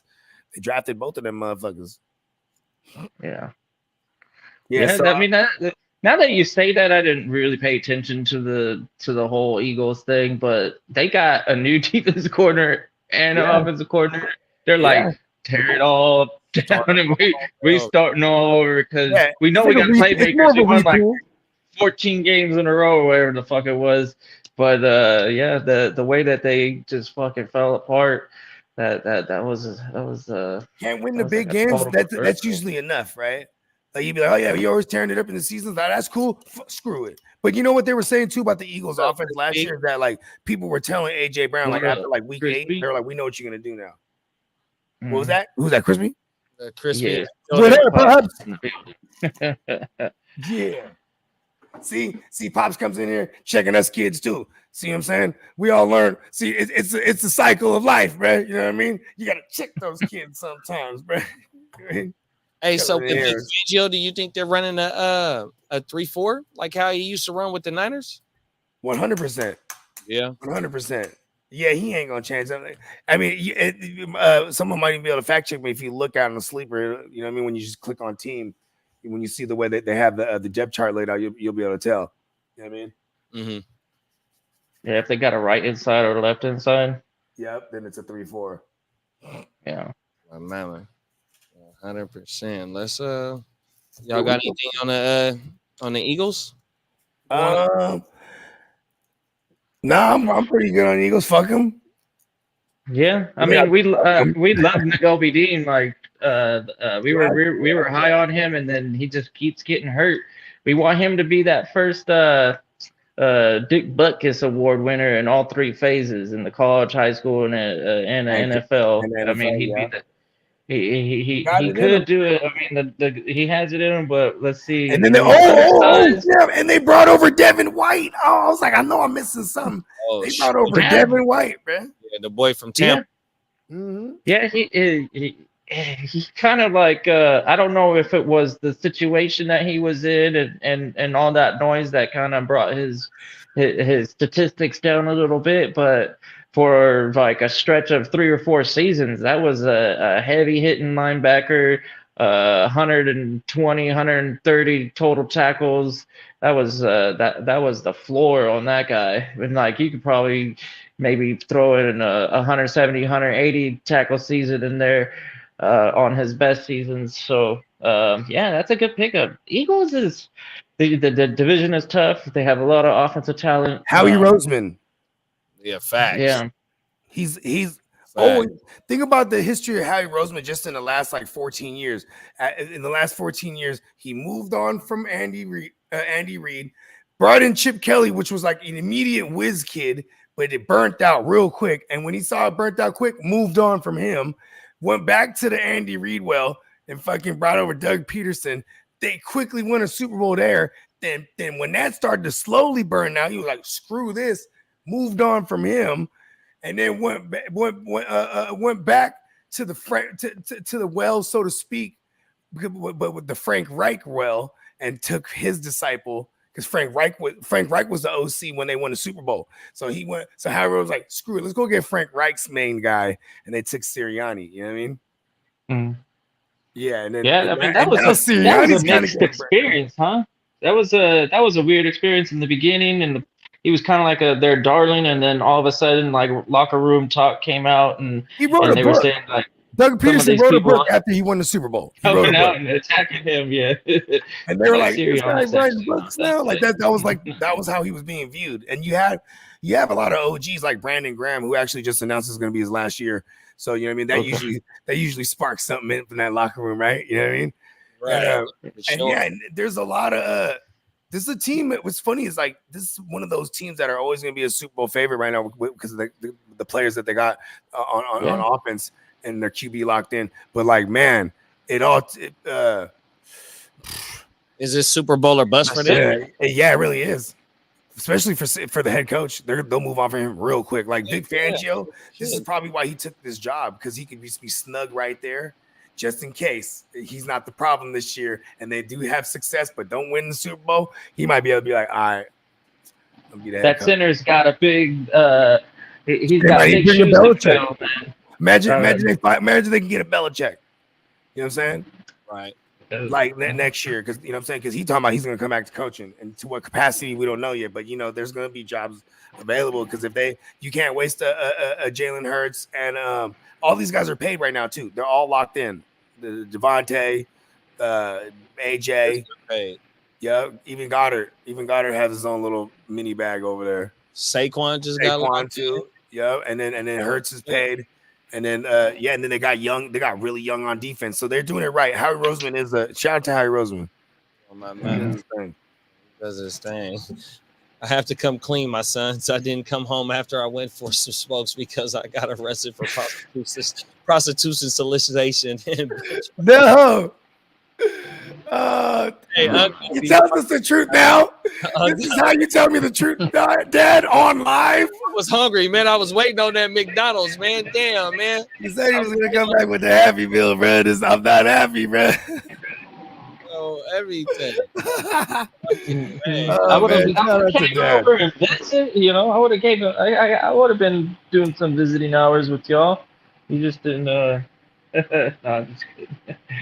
You know what? That's crazy because the area that I live in, because I work gray shift, so I'm out at night, and then I'd be looking around the corners, going like, "Damn, like there's no law enforcement around unless they're all law enforcement out here. Like, there's the same bitches out every night. It's the same corners, and I'm like, oh, for sure. If this was a bus, I mean, they wouldn't be like able to just like maintain the same spot. I don't think like." I mean, on a regular, but I mean, but also too, man, they're in those areas for a reason. That's the stroll, probably, man. You know what I mean? I mean, you are new to that area, fairly new, right? Well, there's a few areas where I'm at. I mean, there's this one little spot that I drive by, but if you go a little bit further down a few blocks, there's this there's a zoo, and over by the zoo, it's like how you see in the movies, like. In New York City, you get down to the right neighborhood, and they're just all under the bridge, just sitting by the fucking trash fires and shit. During the winter time, still wearing their fucking outfit. They're like cold, but they're like, we gotta show it off. We gotta sell ourselves. Can't sell ourselves in a big ass jacket. Damn, that's right. You know what I'm saying? Yeah, normally too. Whenever I see like, you know, like whether it's a homeless or like somebody of you know that's not, you know, they're just like geeking out on drugs, clearly walking around in the streets, I always point, see kids, don't do drugs. See that? Yeah. See that? Look at them right there. You don't want to be them. See, they live outside. Oh, they live outside. They don't own that sidewalk. They just do whatever they want to do. What's he pointing at? That I have no idea. It could be a number of things. Guy right there. He's in his own world. Hey, how y'all the I'm pointing in the mirror. the signings they made on defense? Who is this?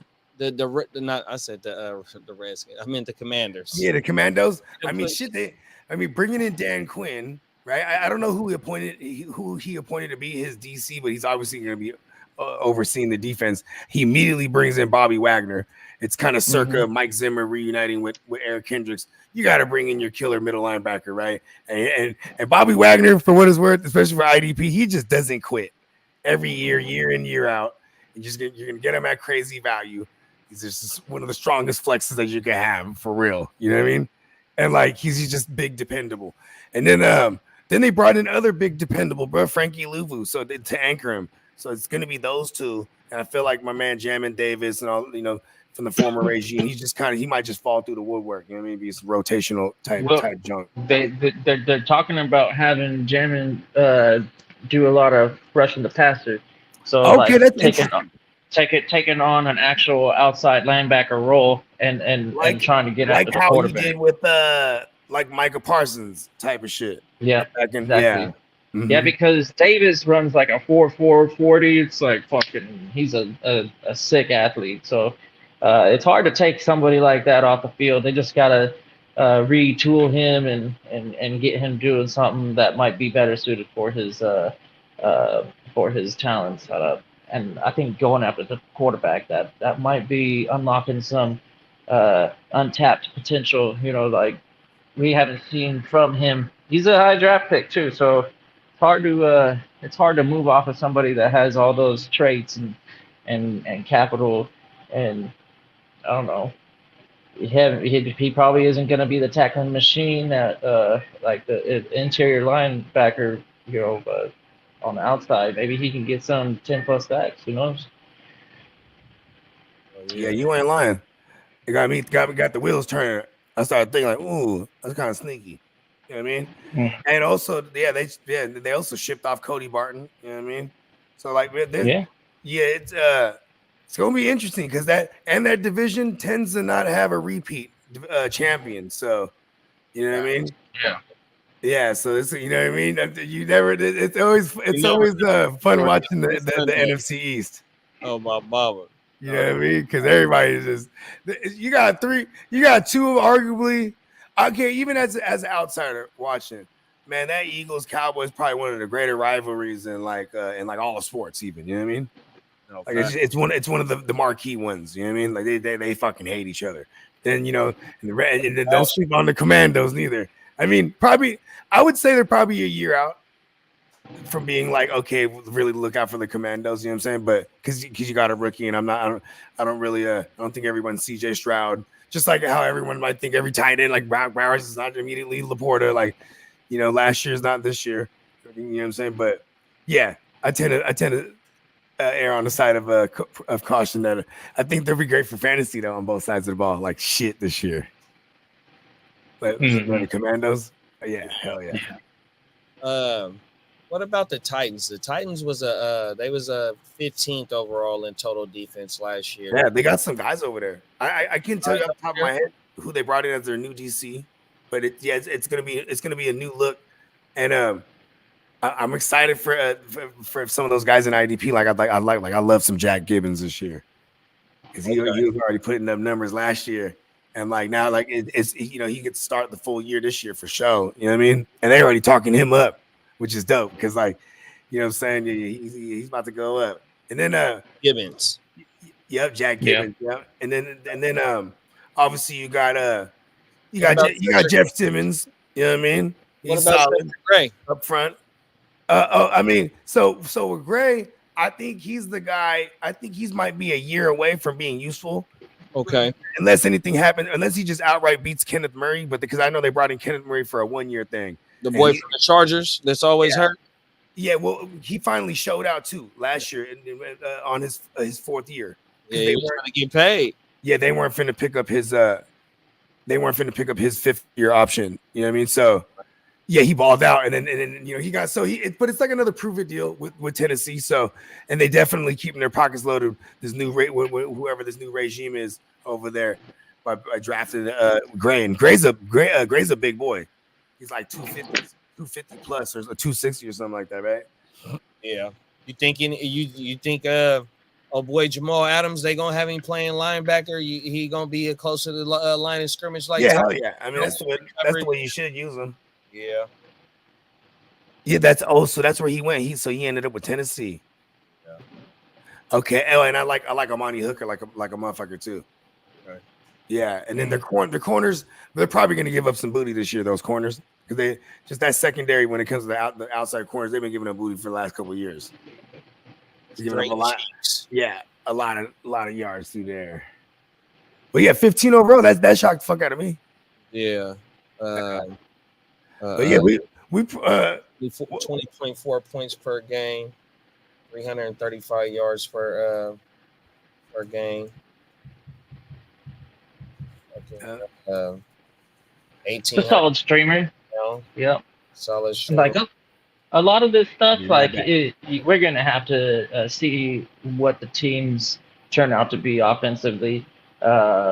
It's hard to evaluate strength of schedule. We haven't even seen any games, and it changes year to year. I don't like banking on anything solid until I get like at least like 3 or 4 games under their belts, and then you get to see them all working and seeing where their strengths and weaknesses are, and then that's when you'll be able to hit up that waiver wire and start getting guys or getting teams to stream it. That's how you do the team defense. Those matchups week to week. There's gonna be a solid one out on the waiver wire, and that's how I usually like to do it. Like I won't even draft team defense or a kicker. Sometimes I'll just rely on like what the best matchup on Monday, Sunday night is. To be like, well, if it's a close one, I'll pick one up, and if I already have it won, or if I'm losing and it ain't gonna matter, then I'll just keep my bench full of flex plays because. Yeah, man, I just don't put a whole lot of value in the team defense and kicker. Yeah, no, for sure, bro. That'd be that Hail Mary stuff once the come Monday night, and it'd be the I love doing that move. Right. Oh, you're like, man, I need to get 4 points. Let's see. All right, I'll pull up the fucking team defense and cross my fingers. Hopefully, they don't get a 0. No facts. Yeah, Jerry. He said L'Jarius Sneed. Derek said L'Jarius Sneed is over there too. So hopefully. Okay, so that locks up a big hole then, because if their cornerbacks was weak, now that's all of a sudden probably a strong port. Because Sneed is a baller. I forgot about that. Yeah, Sneed's over there. Sneed's over there, bro. Woo! Yeah, that kind of like turns it all upside down a little bit. You grab one of the best availables. They're working hard to make that team better. Just don't know Will Levis if he's the thing. We'll see. I mean, like, I feel like it is designed for Will Levis to be like a useful and a super flex though, right? Because like all them pass catching running backs. All them better. Yeah. You done crying now? Yeah. Okay, no, you want to cry some more? Okay, let's go. We're gonna cry some more. But yeah, I'd rather have him as my third QB, but I could see him being a play from time to time. All starters in the NFL, they're all potential plays. Yeah, even our man AOC, Aiden O'Connell. Hell yeah. I like the news coming out of training camp so far. You got the Aiden O'Connell, the upside play for the quarterback one on the Las Vegas Raiders. Yeah, let's go. He's on the block. He's on the block. Yeah, Aiden O'Connell's on the blitz block. Indeed. Who's got him too? Shout out to Bakes. Hey, we'll make a deal, Bakes. I got a piece for you. Might be valuable to you. Hey, what's your thoughts on the Rams defense this year? They got some hitters over there. Who do they bring in as their DC? because Raheem Morris left to go take the Falcons gig. Let's see. Yeah, because then that off the top of my head, I might know like what to expect. I mean, I don't think they're changing anything as far as scheme wise. Like from a, it's not like they're going from a 3-4 to a 4-3 or anything like that. They still got they got Ernest Jones. Did Ernest Jones get a bag yet? Now that I don't know. I know he's got he's got his roster spot locked in. He's ready to go. Okay. If he hasn't gotten his bag, he's playing for one. He might have that motivation, but I think with the Rams is that they're actually trying to win. So everybody on that squad is going to be playing really, really hard. If you have players, I know that their interior, like their defensive front, that's pretty nasty. I know they got rid of the all-time great, but still, the way that they drafted and they've been drafting, that interior line should be pretty healthy and strong, young, fast, hungry, because they want to get back into the playoffs and go further. And it just sucks for the Rams. I just don't know, man. Playing in LA is it's a tough spot because they'll go into their house and it'll be half the other team, just like how the Chargers were in San Diego. They could win a Super Bowl, you know, and then the next year it's like and the whole town still don't give a fuck. Yeah, LA is ruthless. The defensive coordinator name is Chris Shula, so I don't know if he's up under the Don Shula's great grandson. No. Oh, everything. I don't know if that's his bloodline. It gotta be. No facts. So who did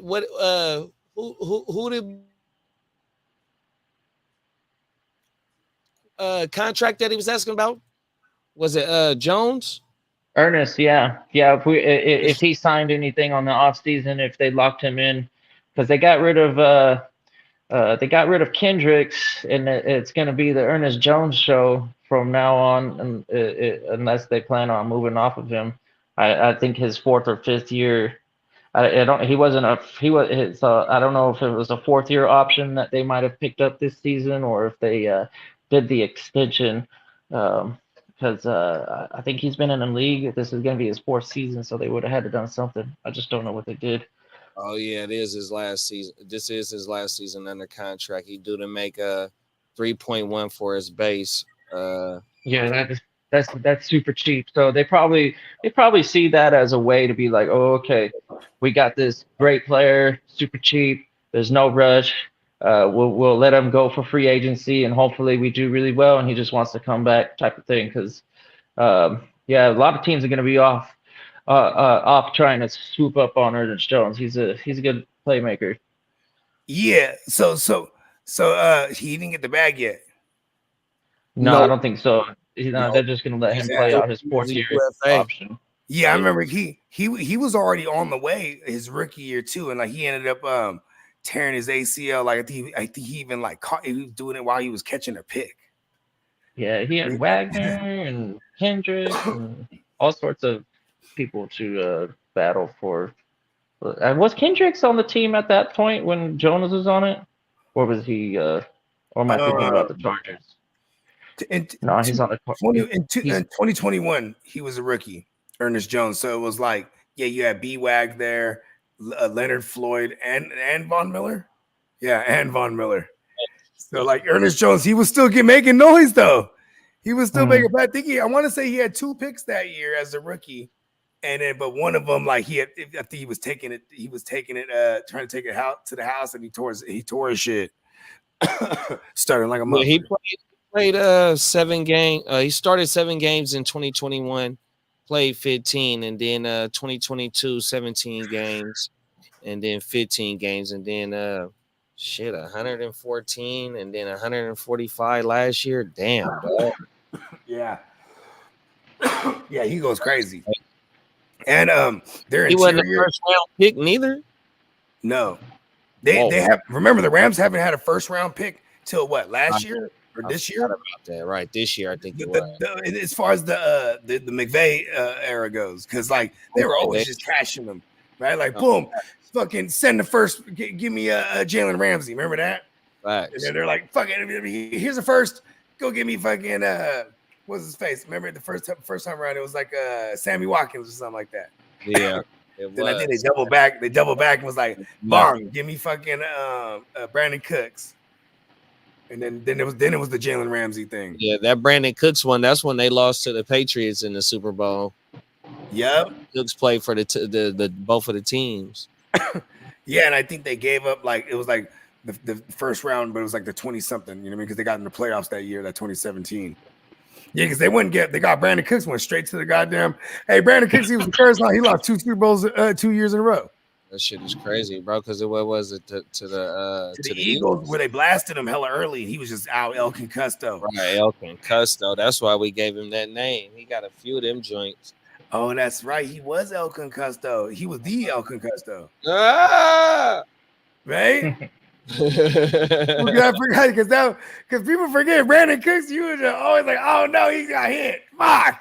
You're like, he's dead for like 3 weeks. The dizzies. Night.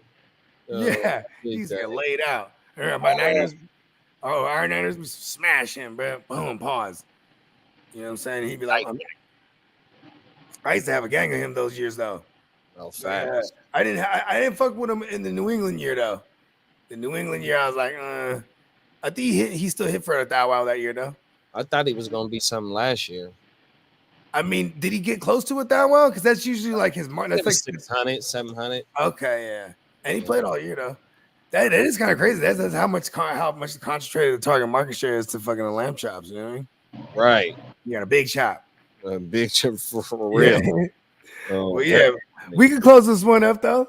You know what I mean? got one more question for y'all though. Let's go. I literally just put her down. She's fine, but I'm like, man, now she's gonna wake up like at 10 o'clock and think that was a nap. I'm like, how y'all feel about the Jaguars, Brad?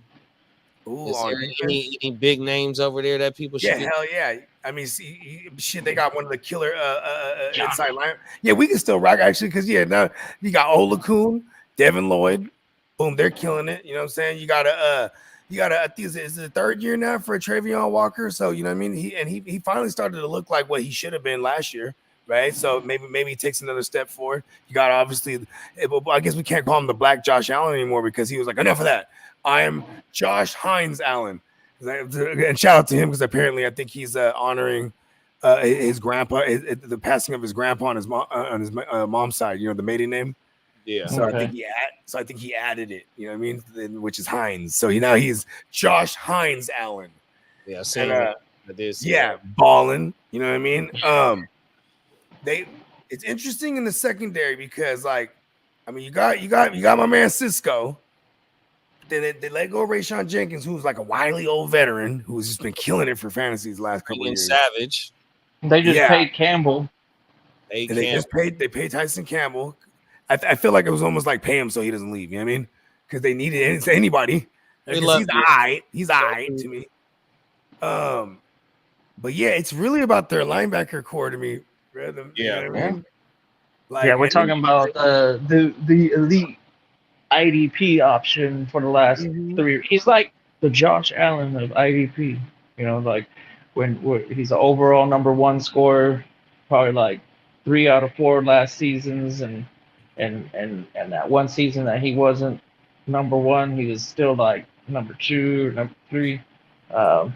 He didn't come into the league with a lot of valor. He wasn't a highly touted prospect, but I think just coming in and having a position and he ran with the opportunity and he gets those tackles. That's a nice piece. Should be the first IDP off the board, but oftentimes he'll slip to like the 4th or 5th one, which is, I guess, still pretty good. You know. Yeah. But he's my number 1 right there. Okay, yeah, Foyer. I mean, it's hard to dispute that because I think he's been rocking the crown for 3 years straight in the IDP linebackers. Yeah, that's pretty crazy. And he went from Atlanta to, like, I remember Who would have thought he was just chilling like behind Deion Jones that whole time? Because Deion Jones was cool, but he wasn't like the baddest motherfucker. You know what I mean? Olakun jumps in, kills it with the Falcons. Then he got a bag, which people was like, oh, maybe it was a one-off fluke thing, but he got a pretty big bag too. And he's just been doubling and tripling it. Now he's going for that quintuple right here. Because he's what's he been reigning supreme to the tune of like 100? I know it was like 140 solos, something like that. Oh, the solos, yeah, combined it's like 180 tackles. Combined. So he's probably talking about like maybe like 120, 130 or something like that, right? Yeah, like 120 to 140 solos potentially. I mean, that in terms of if you play the IDP 1, 2, 3. Yeah, we're looking at a guy that can score up to 350 fantasy points for you. And then when you break that down, that's a WR2, a high-end WR2.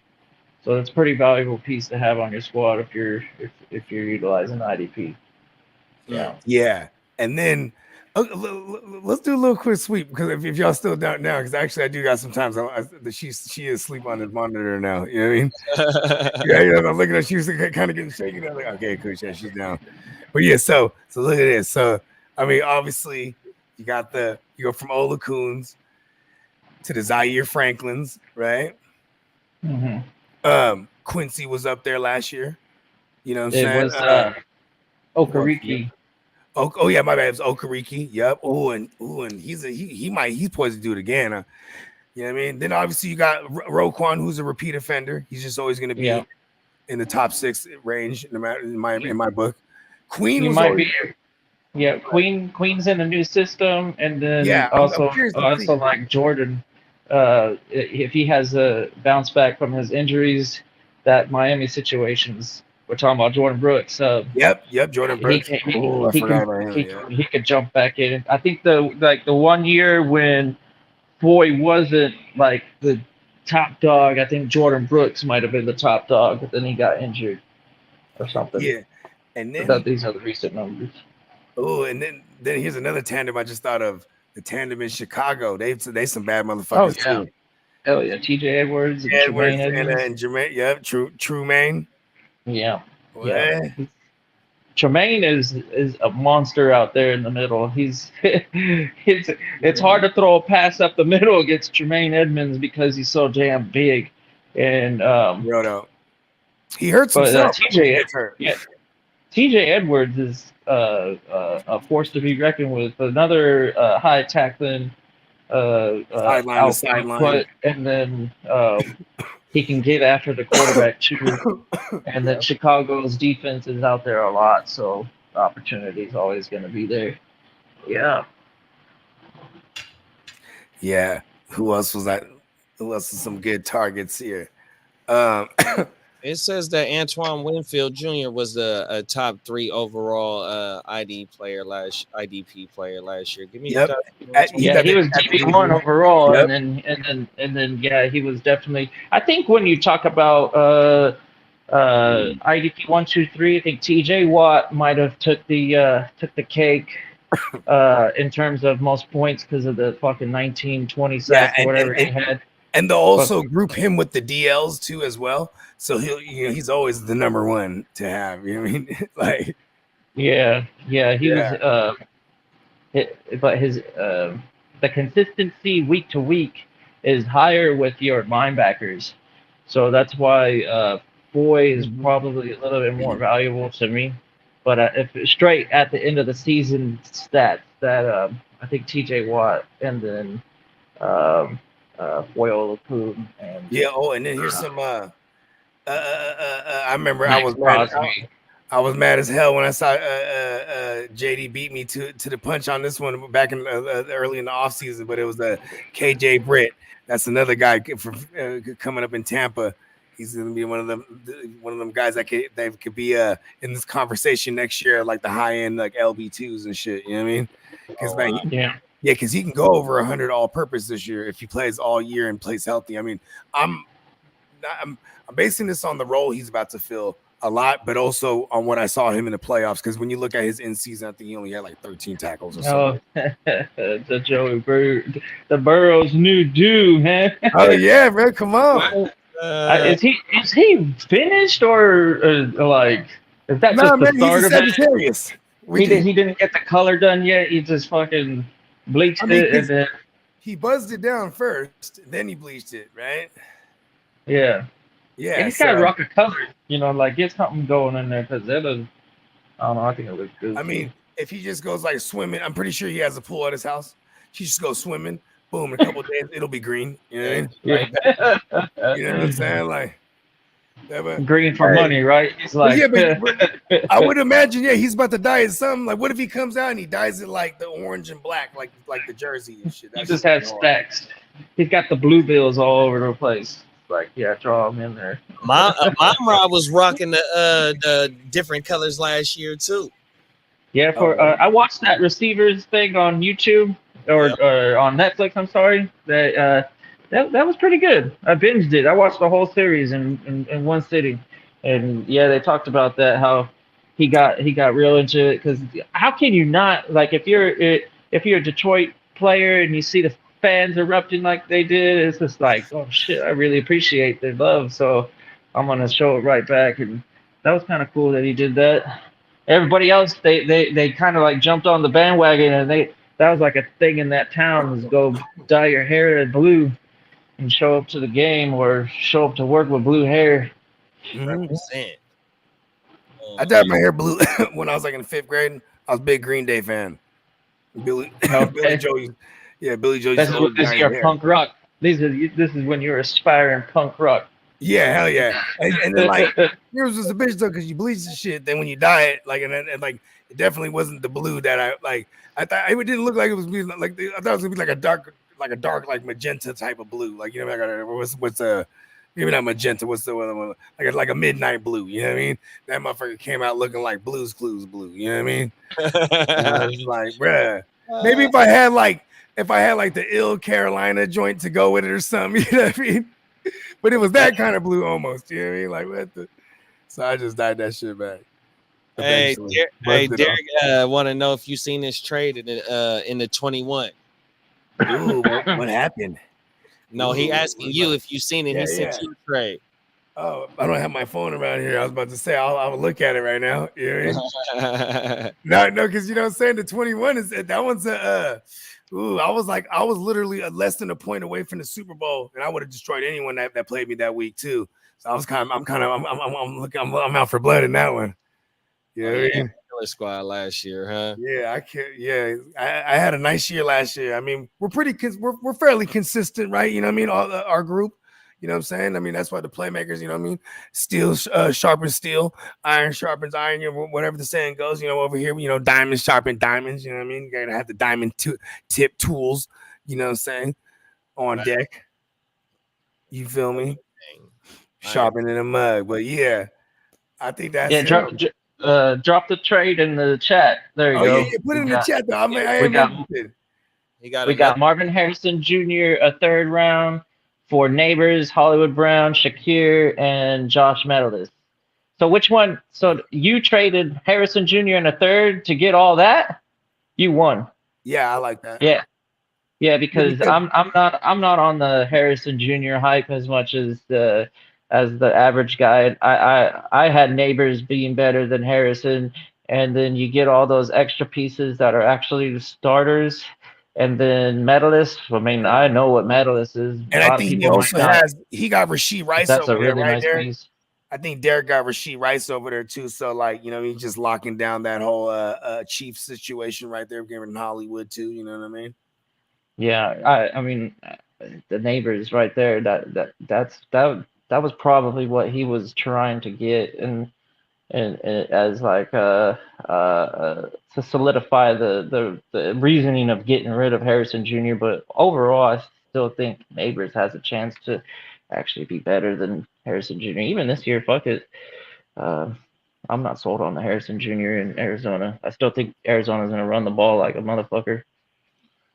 100%, and it's going to be a lot to do with Harrison being making defenses have to play honest, right? So, you know what I mean? Maybe James Conner won't have so much stacked boxes for once in his life, but also I will say I like Kyler better as a passer, but I'm also, man, to get Neighbors and all that.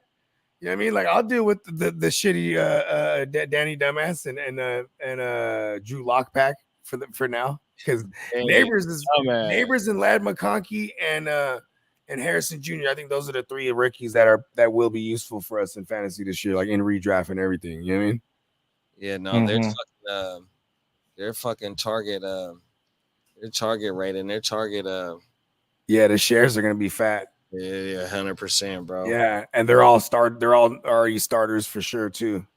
So like, yeah, because outside of that, like, I mean, even the Keon Coleman thing, like, it sounds nice, but maybe not for redraft, or you know, I mean, might be the guy that picks him up off the waiver or something. You know what I mean? And unless like, you know, we start to see him kill it for real, like, you know what I mean? Maybe I'll start to change my mind. But so far, those are the three rookies. I was thinking, because I remember Peacock said that he was like, man, it's kind of tough for the rookies this year, receivers and redraft. And I was thinking, like, maybe just for those three, though, right? You know what I mean?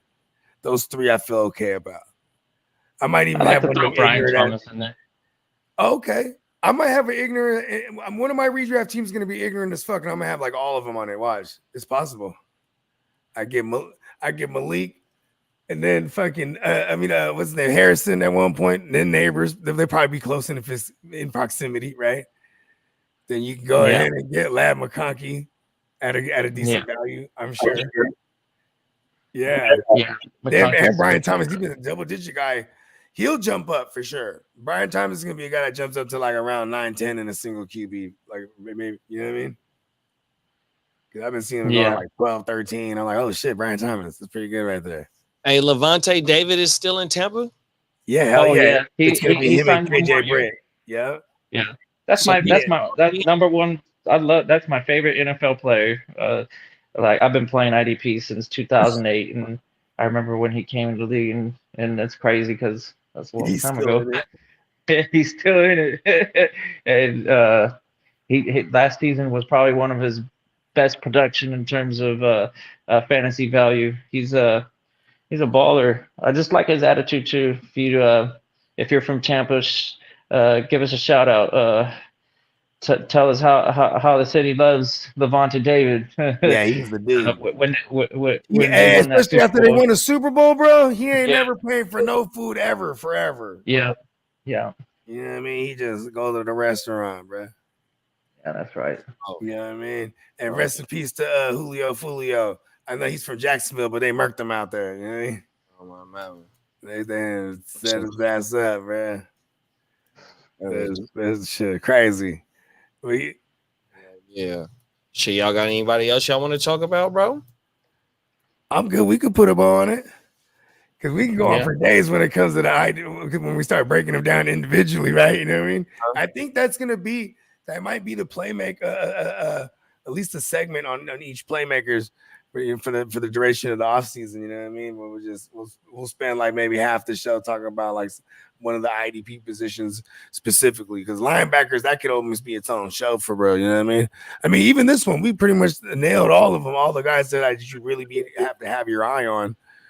And we even forgot about the Quay Walker Cooper pack that might be fucking going crazy this year too. Is that in Green Bay? Yep, in Green Bay. They got a nice little pack over there for IDP, you know what I mean? Wow. Yeah. I appreciate you, chat. You know, your questions and comments, they really help us. It's just it's a nice little bonus having your guys' insight as well. Keep it up. Yeah, we love it. Yeah, man. Y'all playmakers out there, man. Shout out to all the Gen Welters, man. You know what I'm saying? JD, let them know, man. We got a gang of shit, man. What you got going on with the heart to start? Derek said he do got Keon Coleman and Rashee Rice in that league in the 21, 100%. Mm-hmm. See, I see you over there. He got a good ass team. I see what he's doing. Hey, Tino said y'all hear about the curse of Kirk Cousins? I mean, like, he ain't wonder where he been. He got one. He's made some of the most money. He has one playoff win under his belt. Does he got one or two? He got the one. He beat the Saints. I don't think he's won. I think he's had about 3 trips. Yeah, because that was the miracle game, wasn't it? Where they tipped it. Where Nah, that was with when they had the queso. When they had Case Keenum on the case, he was on the case. Quarterback. Yeah, but bring up that conspiracy though. Like, I want to read it in detail and see what he's talking about, because I think he said no team has ever won a Super Bowl in the same season they lost to Kirk Cousins. That's just going down too far in the rabbit hole, man. That's a crazy thing to think about because he's been playing for so long. But I mean, am I going the next season and be like, no, you ain't won the Super Bowl? Yeah, so if they played in the regular season or maybe even playoffs and they lost to Kirk Cousins, the next year they're not winning the Super Bowl. Man, don't find no stupid ass stat, Tino. That's what I'm saying. That's like, there's only one Super Bowl champion every year. We lost to the Vikings last year on a Monday nighter. That's why he's trying to say that. Yeah, Cowboys. Crazy. They whooped the shit out of us on that game too. Yeah, they did. You know, everything. And they didn't have Jefferson. Jordan Addison was going crazy. Yeah. Oh my mean, mama! they And just he kept murdered burning. Javarius Ward. Him and Javarius Ward went up for the pass at the same time, and he bullied him on everything. Yeah. He highlight reeled him. Yeah, he highlight reeled He him. mossed him and highlight reeled him all at the same time. Oh my mama! The Vikings is a good play. I just, you know what I hate about the Vikings is their offense, and I'm like, if they're gonna go anywhere, it's gonna be because of that defense, just like how Cleveland was last year. That they got all the way to the playoffs for the all on the shoulders of their defense. That's what the Minnesota Vikings are gonna be. They ain't gonna score no points. Yeah, and I do feel, and man, I feel bad for them, man. They just lost one of their would-be starting corners, obviously to ACL today, and you know, obviously earlier this month, the unfortunate passing of the youngster as well. You know what I mean? Like, yeah, you know what I mean? I mean, and you know, you got that Brian Flores is over there. They keep a gang of. That's where I think Stephon Gilmore will end up, because I think the Cowboys are cutting. Didn't they cut him loose? So he'll reunite with. I feel like he'll eventually reunite with Brian Flores because they have a need for that spot. But man, they got the killer duo over there with the gold medalist, my man Josh Metellus, and my cousin for real, bro. Cam Bynum. Yeah. Hey, shout out to my dog Doug. He said the Vikings are only gonna win 3 games this year. Hey, I wonder where Vegas got him at. And shout out to Doug. You know, I wonder where Vegas got him at the win totals, because I would take the under. That feels like money. Fucking hey. I mean, shit, they're gonna be first round again next year. You know that's what you gotta love Kirk Cousins for fantasy though, because like when the whole team's bad, I mean, this goes all the way back to him with the Redskins. It's like, yo, when they're playing that whole team is bad, he is chucking that thing, bruh. He was slinging that thing, but was oddly enough, their defense did come around like after like week 5, 6, and they were just elite, so to speak. And a lot of the yards allowed, and you know what I mean, touchdowns allowed, or total points allowed. They all of a sudden they were killing it. Them and Chicago and the Raiders. That was crazy. That second half shit. Doug said, "What's up, bro?" Yeah, man, that's what's up. Oh, he said, "What's up to you?" Oh, what up? Facts. Yeah, I mean, yeah, I think that's him though. You know what I mean? We can keep going though. I got time, but you know what I mean? Throw some names out because we got there's a gang. Oh yeah. But while we're on the Vikings, so I forgot my man, the sophomore, bro, Ivan Pace. Yeah, he's green dotted, bro. You know what I mean? He's green dotting it, so you know what I mean. He got the helmet. He got the microphone in the helmet and all. Yeah, he was already. I think he went up for like over 100 all-purpose last year for sure. Or it might have been 90 something. Somebody can fact check me if y'all want. But yeah, well, I see he had 148 points last year. They don't break down the okay, and it don't show his tackles and all that. Yeah, if you look at the total, Yeah, but he went up for show as a rookie too, and he was an undrafted guy. You know what I'm saying? And it was a Brian Flores guy. You know how that's how they be too. You know what I mean? They'll be like, you know, I really like this kid. You know what I mean? Yeah. And shout out to our man Denny, bro. You know, he's from Minnesota. He's out that way. And he was telling us about it this time last year during training camp. He was like, this kid, Ivan Pace. You know what I mean? And then once he was a dog right out the gate, he became Ivan Pace. You know what I mean? Because now all of a sudden he gets a little bit of Russian in him. yes, I break you. You feel me? And you know, in the last 2 startups we did, bro, I'm high because people was pulling them up kind of high. Like, damn. Yeah, that's I'm all like, right. That helps you though. That helps you in that kind of range. saves me In that me for myself. Jefferson gonna get traded by week 5, huh? After that big I old don't know. You got the big old bag. he got the big bag. Okay, who would it be? Even just to hypothetically play this game, this is kind of fun because then, like in the world, see, I'm gonna add a little wrinkle to it. In the world, we trade away Ayuk and we don't bring back anybody like some picks and maybe some defensive guys. Are like, what is going on? We're scratching our head. Then we trade for the Jefferson. That would be nice. And Ayuk, you go get Jefferson. Boy, Maybe the Chargers. Yeah, and Ayuk, and while we're at it, add another wrinkle. Ayuk goes to the Bills. That's where we traded him to. Give me that for Josh Allen. Let's go, bro. You know what I mean? Yeah. Shake it all up. And you know what's funny though? We did see a little shake up, kind of circa fantasy football a couple years ago, right? When you saw Devontae Adams and Tyreek, and you know what I mean? Motherfucker was like shuckling and jiving and moving and grooving. That shit was crazy. Yeah. I'm trying. And then Tino say he could see Tyreek and Devontae maybe getting traded as well too. And then like that trade deadline is kind of nasty too, right? Because it's like, okay, who's really in it? That where we really feel like we're in it, and we need this extra piece for a push. You know what I mean? Then that could be the Jets, because like the Jets, I mean, like maybe without. Do you think without Diggs and is that detrimental to the Bills? Do they, you know what I mean? Do the Jets, could they be a dark horse division winner? I don't know, because I feel like they would be like more so in the wild card conversation, and then they would be like, all right, let's go get Tay. You know what I mean? Bills showed some major weaknesses.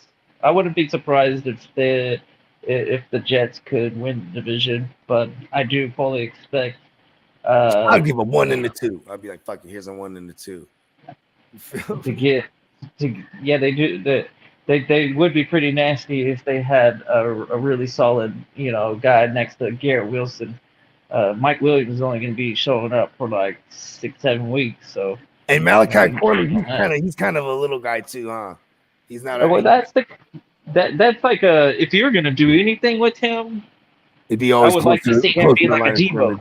I know we always talk about like who's Debo, like, but that's really what they did. Like in college with Malachi, I was like, throw him the ball and let him do what he needs to do, and get some yards after catch. That's where he comes into play. He's a yak guy. And who was it? Why can't I think of the guy from Green Bay who stuck around for a long time and moved over Randall with Cobb. Aaron Rodgers? Yeah, like, it might be something similar to how because Aaron Rodgers has some pull when it comes to the playbook. So if he liked doing things with Randall Cobb and he sees some similarities and wants to do things similar. Yeah, Randall Cobb didn't kind of do the close to the line of scrimmage shit, like the quick outs. I mean, he was a hot read for him. Yeah, screen passes, little jet sweeps and stuff like that. So, get the ball out quick, because we got to keep Aaron Rodgers from getting hit. That might be something that might be a reason why Aaron Rodgers does come out for people, but usually when he does come out for people, he's serious about it. When he says, "Hey, I really like this guy," so when he said, "Oh, this is my favorite receiver in this draft," that goes a long way in fantasy production usually. So we'll see. Training camp just started. I think Corley is kind of like recovering so they might not get too much action in the preseason. But come week 5, week 6, in the middle of the season, maybe Corley becomes a real weapon, and you'll be starting him in as your flex. Yeah, I feel like what was his name? Corley? Yeah, Malachi Corley. There you go. Yeah, like I want him to be a thing for sure because there's really I'm still looking at that receiver room like it's Gary Wilson and then Malachi. I don't give a fuck. Right. Yeah. Mike Wilson, he's good for 5 to 7 games a year. He's gonna have a few big plays, but this is. Are they gonna be game-winning plays? I don't know. He's a difference maker. Probably touchdowns. Yeah, he's a big guy. Yeah, they got to be timed right. They got to be like fourth quarter, playing from behind, and they go up with the TD. When they least suspect it, like, Mike Williams was like that. Hey, guy. Bogey, how's it going? What's up, Lee? Not much. Yeah, hey. The bouncer had to give you the boots earlier because it was just way noise earlier. You know what I mean?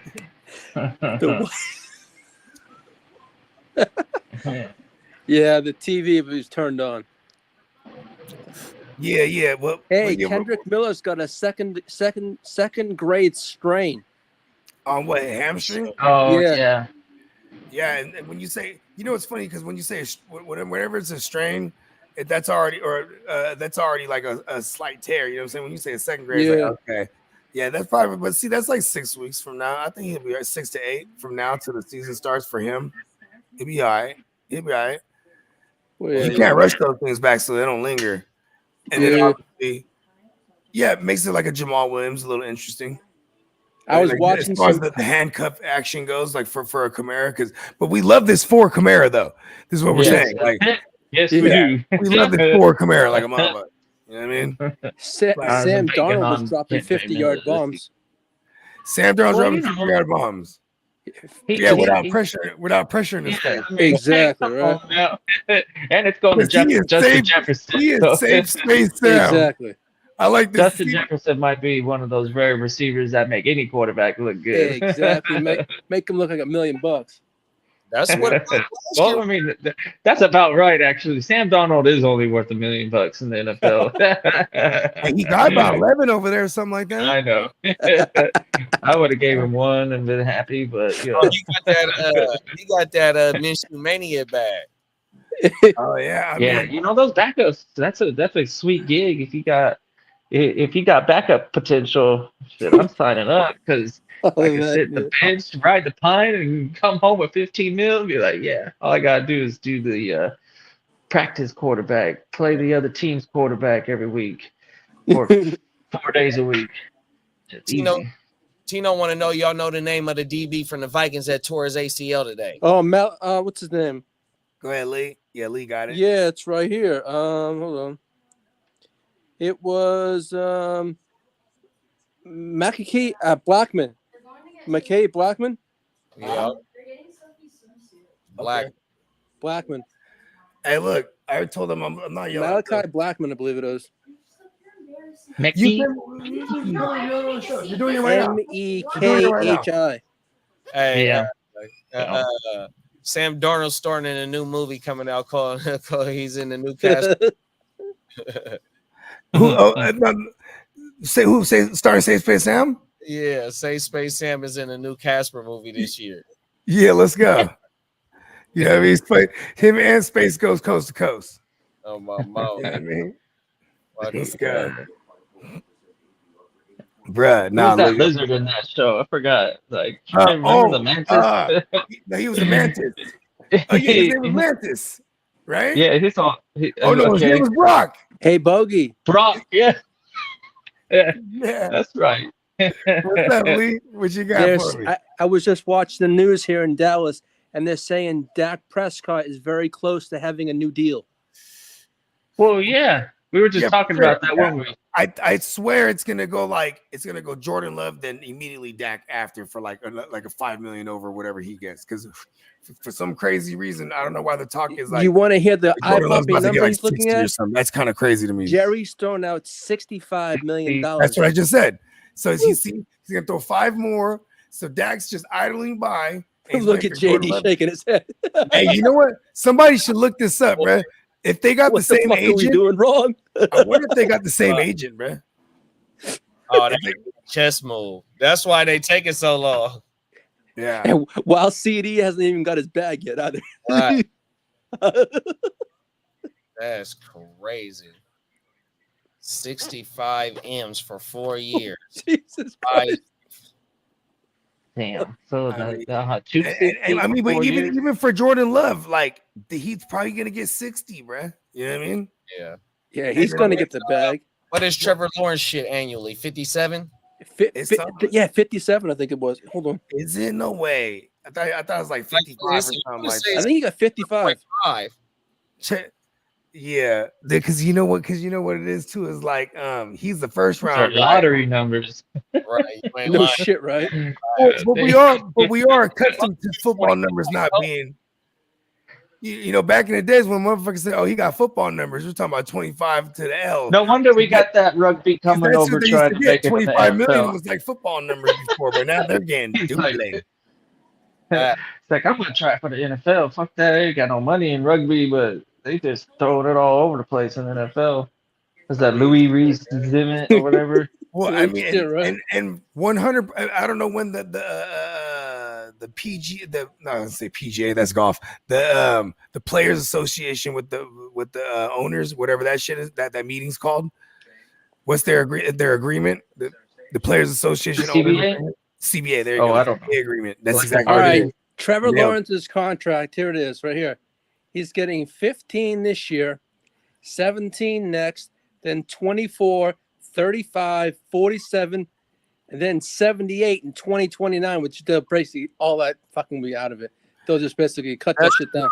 Well, Yeah. no, because the way it's They gonna gave work money too in front. That's Yeah. what Exactly. Upfront money. Exactly. Yeah. for his guarantees, and then as a signing bonus, but also on top of that, the way it's an extension. So whatever he was already set to get for the next 2 years, Yeah. that's being tacked on. That they're not tacking that on when they say 17. Exactly. 14. Yeah, that it's on 24. That's on top of that. You know what I mean? Yeah, he cashed out though. So yeah, these next two are definitely if Dak, Tua, and He cashed out for blowing what was it, a 27 to? Oh, Yeah. no, he Shut came up. back. He No, came he back. came back. That was Yeah, Herbert. that's right. Yeah, because Herbert. See now, look Stop at Herbert's fucking back. reminding me of that What is 27 to 0. What is the 27-0 back blowing it? I That swear, 27-0 motherfucker, lead. you're gonna learn one day. No, but what does that back get? What does that back for Herbert? Like he's in the 55 Shut range? the fuck up. I said, is it in the 55 range? I'm asking an honest question. Yeah. I can't. Yeah. I think it was like 120 million guaranteed. Hey, And Bogey, then- Bogey, what's his name? Colson for the Chargers had an appendectomy. Damn, I know what that is, but I'm trying to think right now because I'm so high. Junior Colson. that's not an appendix? That's not an appendectomy. Is that when That's and maybe that's a is that the maybe. gallbladder? No, it's not the gallbladder. I don't know. I saw it posted earlier. abductectomy. I gotta See, look it up I now. honestly think it's like something with the stomach. You know, maybe it's some the ab muscles. Maybe he tore. I'm a some doctor. I abs. should know this. Yeah, I don't know. I'm actually looking it up right now. Hold on. But usually abductectomy means that I like they remove. how he's like, oh, I know a doctor. Hey, Bogey. He got an appendectomy. I'm like, He Yes. probably got his kidney took out. It's a surgical procedure to remove your appendix. Oh, okay. So Oh, you nailed okay, it. appendectomy. Yeah. Yeah. Oh, yeah. There you go. Duh, appendix. Yeah. Hey, no, he'll be back in like probably like 2 weeks. Yeah, you can recover from that. Yeah, Hey, that's like who was that? I think they have to change their diet or something though. Who was that? That Yeah, Chris pretty much. shit ruptured on the goal line. Remember that? who's this? Oh yeah. Chris Sims, when he played for the Bucks. Oh Oh, god. Chris Sims. Chris Sims. Chris Yeah. Sims, yeah. Oh, that's right. He took got it it. down to the goal line, but then he was down for the count. But I think his joint bursted, right? Yeah. Oh my mama. Damn, that's cool. Because then you can get what happens? You get like blood toxin or something like that. Now that I don't know, bro. Because like it's something. It is pretty severe. You have to go Yeah, into so surgery. shout out to right my little away. cousin Francis. His shit bursted, and I asked him what it felt Yeah. about. He said he said he was in hella pain and it felt like something spilled on him, but in the inside, hella warm. Oh, wow. I was like, whoa. Yeah, he was like, yeah. He's like, I didn't know what it was. But he's like, he woke up in the middle of the night. His shit just bursting when he was asleep. You know what I mean? Crazy. He's like, oh shit, what was that? Like, you know what I mean? And he thought he like pissed and shit himself. He's like, what the fuck? But it was. Hey, Bogey, I'll see if I can dig out those pictures from Make-A-Wish. Oh yeah, for sure. Yeah. Show us like on the Friday morning show. That would be fucking awesome. Yeah, hell yeah, Lee. You know what I mean? Lee's had quite for our big bro Lee. Y'all don't know. He has a crazy hell of a story. You know what I mean? We're gonna have little Lee corners here and there. Where we just boom. All right, look, this Lee's corner right here. You know what I'm saying? Lee got some stories too, man. Yeah. Some we might not be able to tell online. I ain't gonna lie to you. We can talk a legend though. You know what I mean? Talking a legend, we can talk online. Hey JD, you remember when back in the day in the 70s when they had the New York Cosmos and the the soccer team? Man, you know what? The 70s is a little bit before my time. I don't want to get it. Yeah, I mean you probably do, right? Back in the day when they had soccer. I mean, look at you. I'm a late 80s. Yeah, you know who I was born in 84. I think. Are you in 80? Right? Are you born in 80, JD? Not 80 exactly. 80. Yep. Yeah, he's born in 80. Yep. JD. I'm 87. JD, you know I'm sure in my past life. Pele is though. I know who Pele is though for sure. Oh, Pele was. My father and my mother we used to be boosters for the Cosmos, right? So nice. I used to when I was. I like how he says the hella casual too. I went to Pele's retirement game, and Pele was at my 3rd birthday. Oh, yeah. Hey, they were boosters, man. That's just hard. Hey.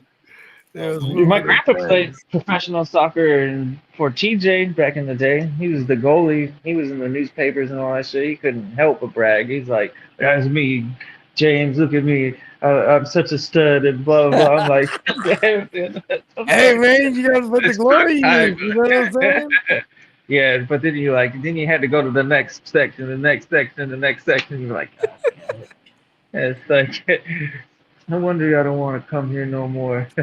Hey, Bogey, how much money do your 49ers have? They all want the money now. Everybody wants some money, right? You see what Derek said. Suge Knight, aka Trent Williams, wants his. He missing training camp, man. He wants his money, man. He wants his bag. Suge Knight and pot. Would that be a final contract for him, or how many more years do you think he's going to be playing? This is how it worked with Trent Williams, right? Because this is kind of interesting, actually. So when we traded for him from the then Washington football team, right? That was the Shannies that drafted him there when they was there. You know what I mean? So you know, and then you know the pops. You know, what I'm saying that's key in that scheme is obviously just in football in general that left tackle. You know what I mean? Yeah. When we had a chance to go trade for him, we did in 2020, and so we gave him the bag, and it was like a so we picked up his existing contract and extended on top of it, right? So it was something like it would go like the first 4 years, and then it would kick in to like 34 million or something like that. Yeah, some crazy number. Yeah, but it was set back then to be affordable when we get here. So here we are, but now he wants to bump that up. You know what I mean? Because his cap number is 31. Exactly. The next year is 34. So that's gonna get resolved, and this is kind of slick for him because he's like, all right, now he can just kick it because nobody wants to do training camp, bro. They'll do him like how they did C-Mac. Exactly. Structured it. Exactly. That's exactly what they're gonna do, bro. Yeah. And they're gonna do the same thing with Kittle too, bro. I'm telling you. And all this is gonna make room for Ayuk's impending bag or whatever, or incoming bag. Hey, Bogey, what do you think Ayuk will get? What, 34, 35? What's Jefferson getting? 28. I was gonna say I think he's gonna get 28ish. That's what they've been saying, that he wants 28 and they're stuck on 26 from what I've been seeing. See, and that's what's funny too, is because he said he wanted 30 because I figured he would get them to meet him halfway because they said 26, but they still come back with the they slide the paper back to him, right? He basically looks at it, 26. Push that motherfucker away. right? No shit. He just writes on there 28 real quick, pushes it back. You know what I mean? Yeah. Yeah, I mean they're gonna put and he's doing what everybody does. Like Debo did it, and you know when Debo did it, he was out there not dressed. You know what I mean? He was out there, he was fly. You know what I'm saying? Joe Burrow has a new schedule for practicing. He's only practicing he's not practicing no more than 2 days a week. Oh shit! They trying to rest his ass up. I mean, see, this is the thing is like I wonder if this is like part of his. This is part of. Hold on. Let me say it's part of his ramping back up because he's coming back. He's expected to practice more than 2 days in a row. 2 days in a row. This is expected. You know what I mean? Like he was going to be on some kind of regiment to ramp him back up. You know what I mean? Because this is his throwing arm that he had a dislocated wrist on. You know what I mean? Then when you you look at the Brock last year when he was coming back from the elbow on his throwing arm. You know even when you're throwing, you're going to start with the little. And Mr. George Berto Kittle tweaked something today also. They haven't said what it is, but he tweaked something in practice. Why you gotta throw that Brittle Kittle in there? You ain't know. Yeah. That, yeah. You know what? Justin Herbert, he just be falling apart too. You know what I mean? Shut up, you bogster.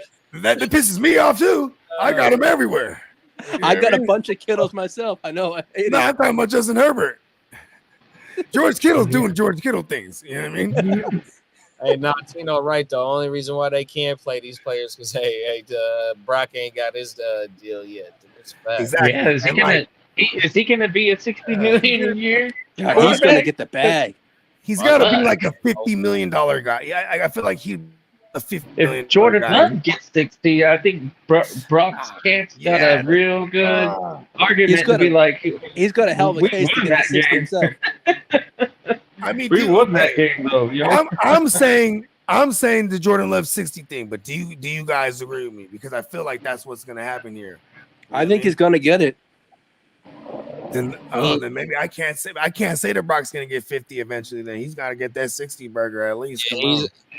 I mean, for Mr. Irrelevant, if he loves where he's at, he might take a team friendly. I think he'll take a team discount.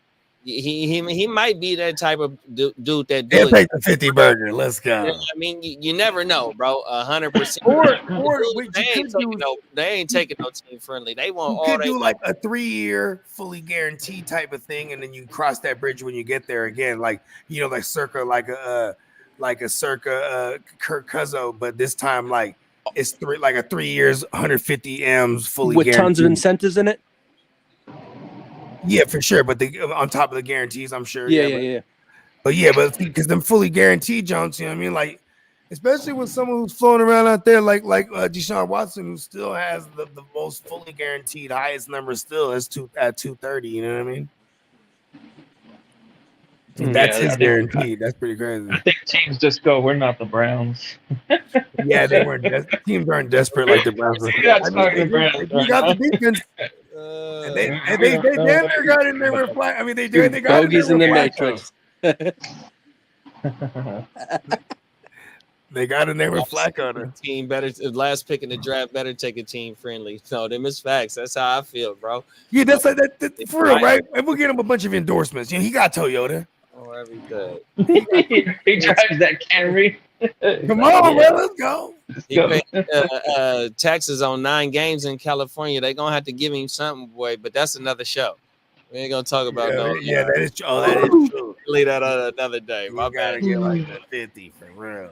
But shit, man, that's 2:22, 2 hours and 22 minutes, bro. That's three numbers in a row, man. If y'all believe in times and whatnot, let's go. We could put this. I like things in threes. Put this under the Christmas tree and wrap it up. Put it out to the YouTube streets and everybody that like to consume fantasy football content, man. Kidda, let the people know what's going on, big bro. Talk to them. Yo, you know what? If you enjoyed what you seen, don't forget to subscribe, thumbs it up. All of the channels, we multi-streaming.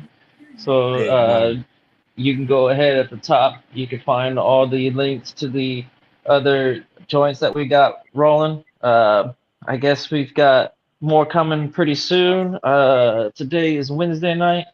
I think we got a Wake Your Game Up coming Friday. on Friday, so that'll be Bong. something to look. And then Hard to Start, they got their daily working, so be sure to tune in on that. And then yeah, I'll be around. I don't got my own joint, but you can count on me. He's a tapping in. playmaker. Yeah. Let's go. Mama.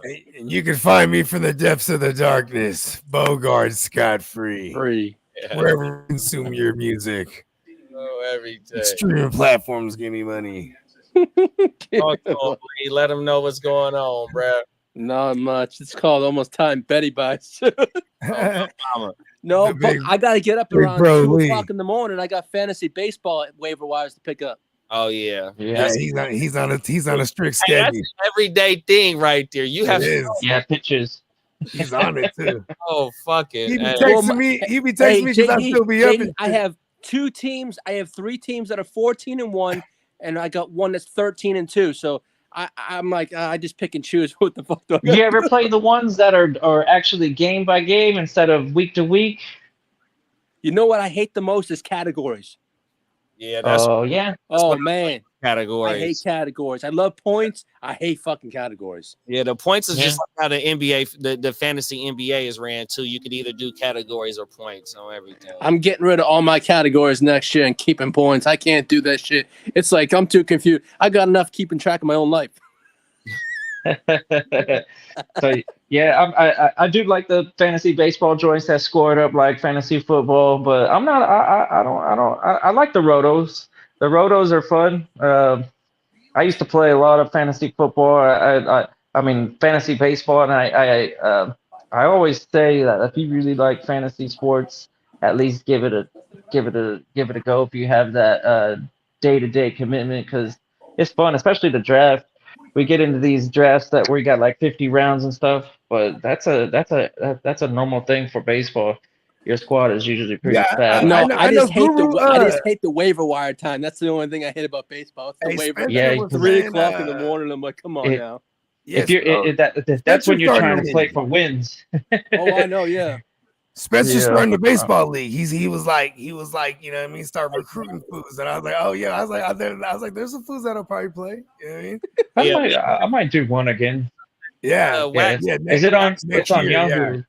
I saying see a next bunch year. of the guys I played fantasy with joined in the show tonight. I'm like, what the fuck? I'm like, this 4 of the guys showed up. Yeah, let's go. Welcome, Let's guys. shout out to Yeah. them. Shout out to them. Appreciate yeah. y'all tapping in. You want me to play the long version or the short version, bro? You get him with the short thing. You know Play what the I Short. mean? short version. We get up out of here. Yeah. All right, here it go. The new one.